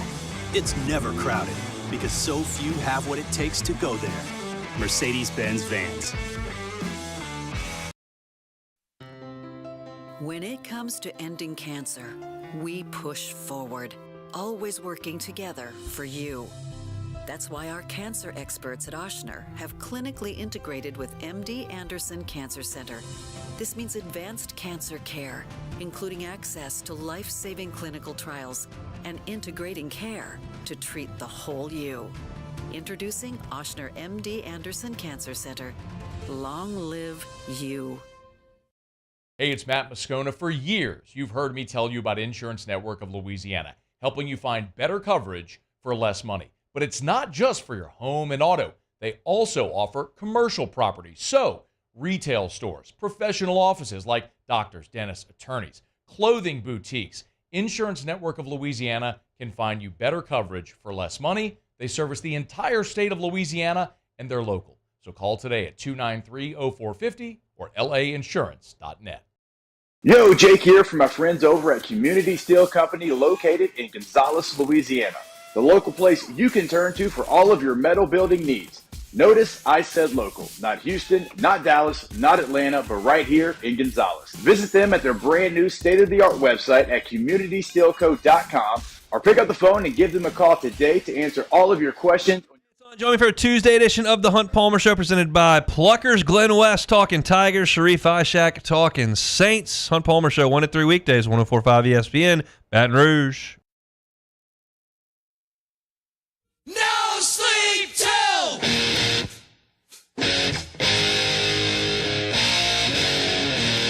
All-Star Toyota presents Off the Bench with Hester and T-Bob.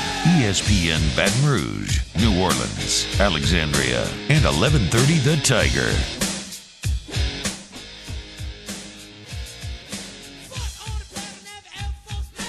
All right, it's time for Ask the Bench, brought to you by Cold Cruise Light, Busy Heart Seltzer, Blue Moon, Light Sky, Citrus Sweet.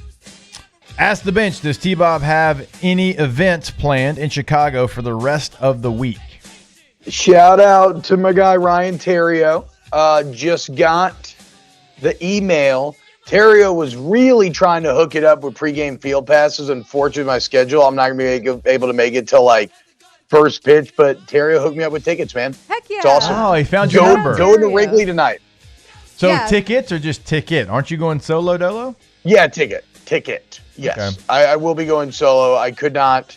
Megan Alex like babysitters, but I kind of like a little solo adventure. No. Especially Drink a some baseball beers, game. talk to some random people. Yeah. That'll be great. Yeah, no, I think that's the way to go. So shout out to Terrio for finding Shout your out number. Or Terrio. actually, it sounds like he emailed you, so maybe he didn't have your number. Still doesn't have your And number. also, No, he texted me. And He also, texted you me. checked He an did. email? He did. No, he emailed me. The tickets are digital. Oh, okay. Yeah, text me. Yeah, Okay. he was forced to check it this time. Yeah. Yes. I'm not throwing stones here. I don't check emails. Glass and houses. It gets us in trouble very often. Let's see. Ask the Bench. If we think LSU's defense couldn't understand Matt House's terminology last year, what does the Jags drafting two I of his know. players say about that? That's so hilarious. I mean, how would They I also answer drafted this? 2 D linemen. Matt House is coaching linebackers. He's not like the Yeah, that's true. DC. So I don't know if there's like a direct correlation there. It's funny for Smith Also, it's and not Matt Jefferson. House's scheme that's going to be Yeah, taught exactly. in the NFL. And it's not to say that those two players are too dumb for his scheme. It's just to say that he wasn't connecting when trying to teach them it. Right. Yeah. Correct. I still think it's funny. Ask the Bench. Favorite Skittle color? Red. Grape. Purple. Yep. Red. Is red strawberry or cherry? I think it's cherry. Red's red with Skittles. Okay. It's red. I agree. It's got a I flavor agree. to it. There's no actual flavors behind It's these not questions. M&M's. It's Dude, Skittles. They M&Ms have a flavor. M&M's don't have a flavor. Skittles have an It's just actual slightly flavor. different sugar. No. Off the Bench with Hester and T-Bob. No. I will not stand for Yeah. this. Purple is Yeah. grape. Green is lime. Okay, like they have, like on the back of the bag, they have the flavor. It doesn't matter. We'll talk about it It's later. cherry. I can't really tell because I just dumped the whole bag in my mouth at once anyway. And put it in like a dip. I just chew it up and just let it become one amalgamated mess of sugar. Oof, amalgamation. All-Star Toyota of Baton Rouge.com, All-Star Toyota of Baton Rouge.com. Go there today to check out the new vehicles, what you can lease, what you can rent as well. Call Miss Lisa Sessions today in that rental department. Get your vehicle reserved for your summer vacation. All-Star Toyota of Baton Rouge.com. All-Star Toyota of Baton Rouge. Remember, too, if you need a service center, body shop located right there off of Airline and Goodwood. Very convenient, very easy to get to. All makes and models welcome. Free professional estimates, factory parts, and a ton of other advantages as well. Check them out, All-Star Toyota of Baton Rouge. Gulf Coast Office Products is a nationally recognized Savin office equipment dealer based right here in Louisiana. Over 100 employees strong, Gulf Coast has the boots on the ground to support all vertical markets from education, engineering, legal, and finance. With the latest in office technology from desktop to production segment units, Gulf Coast and Savin have the perfect fit for you. Call 225-756-2644. That's 756-2644 for Gulf Coast Office Products. The Windsor Senior Living Community in Mandeville, Louisiana is a beautiful, vibrant apartment community geared toward seniors. They are nestled right in the heart of Mandeville, where seniors live a more carefree lifestyle in spacious apartments with the peace of mind that comes from having a little extra help. Call the Windsor at 985-624-8040 to schedule a lunch and tour. Come see how the Windsor can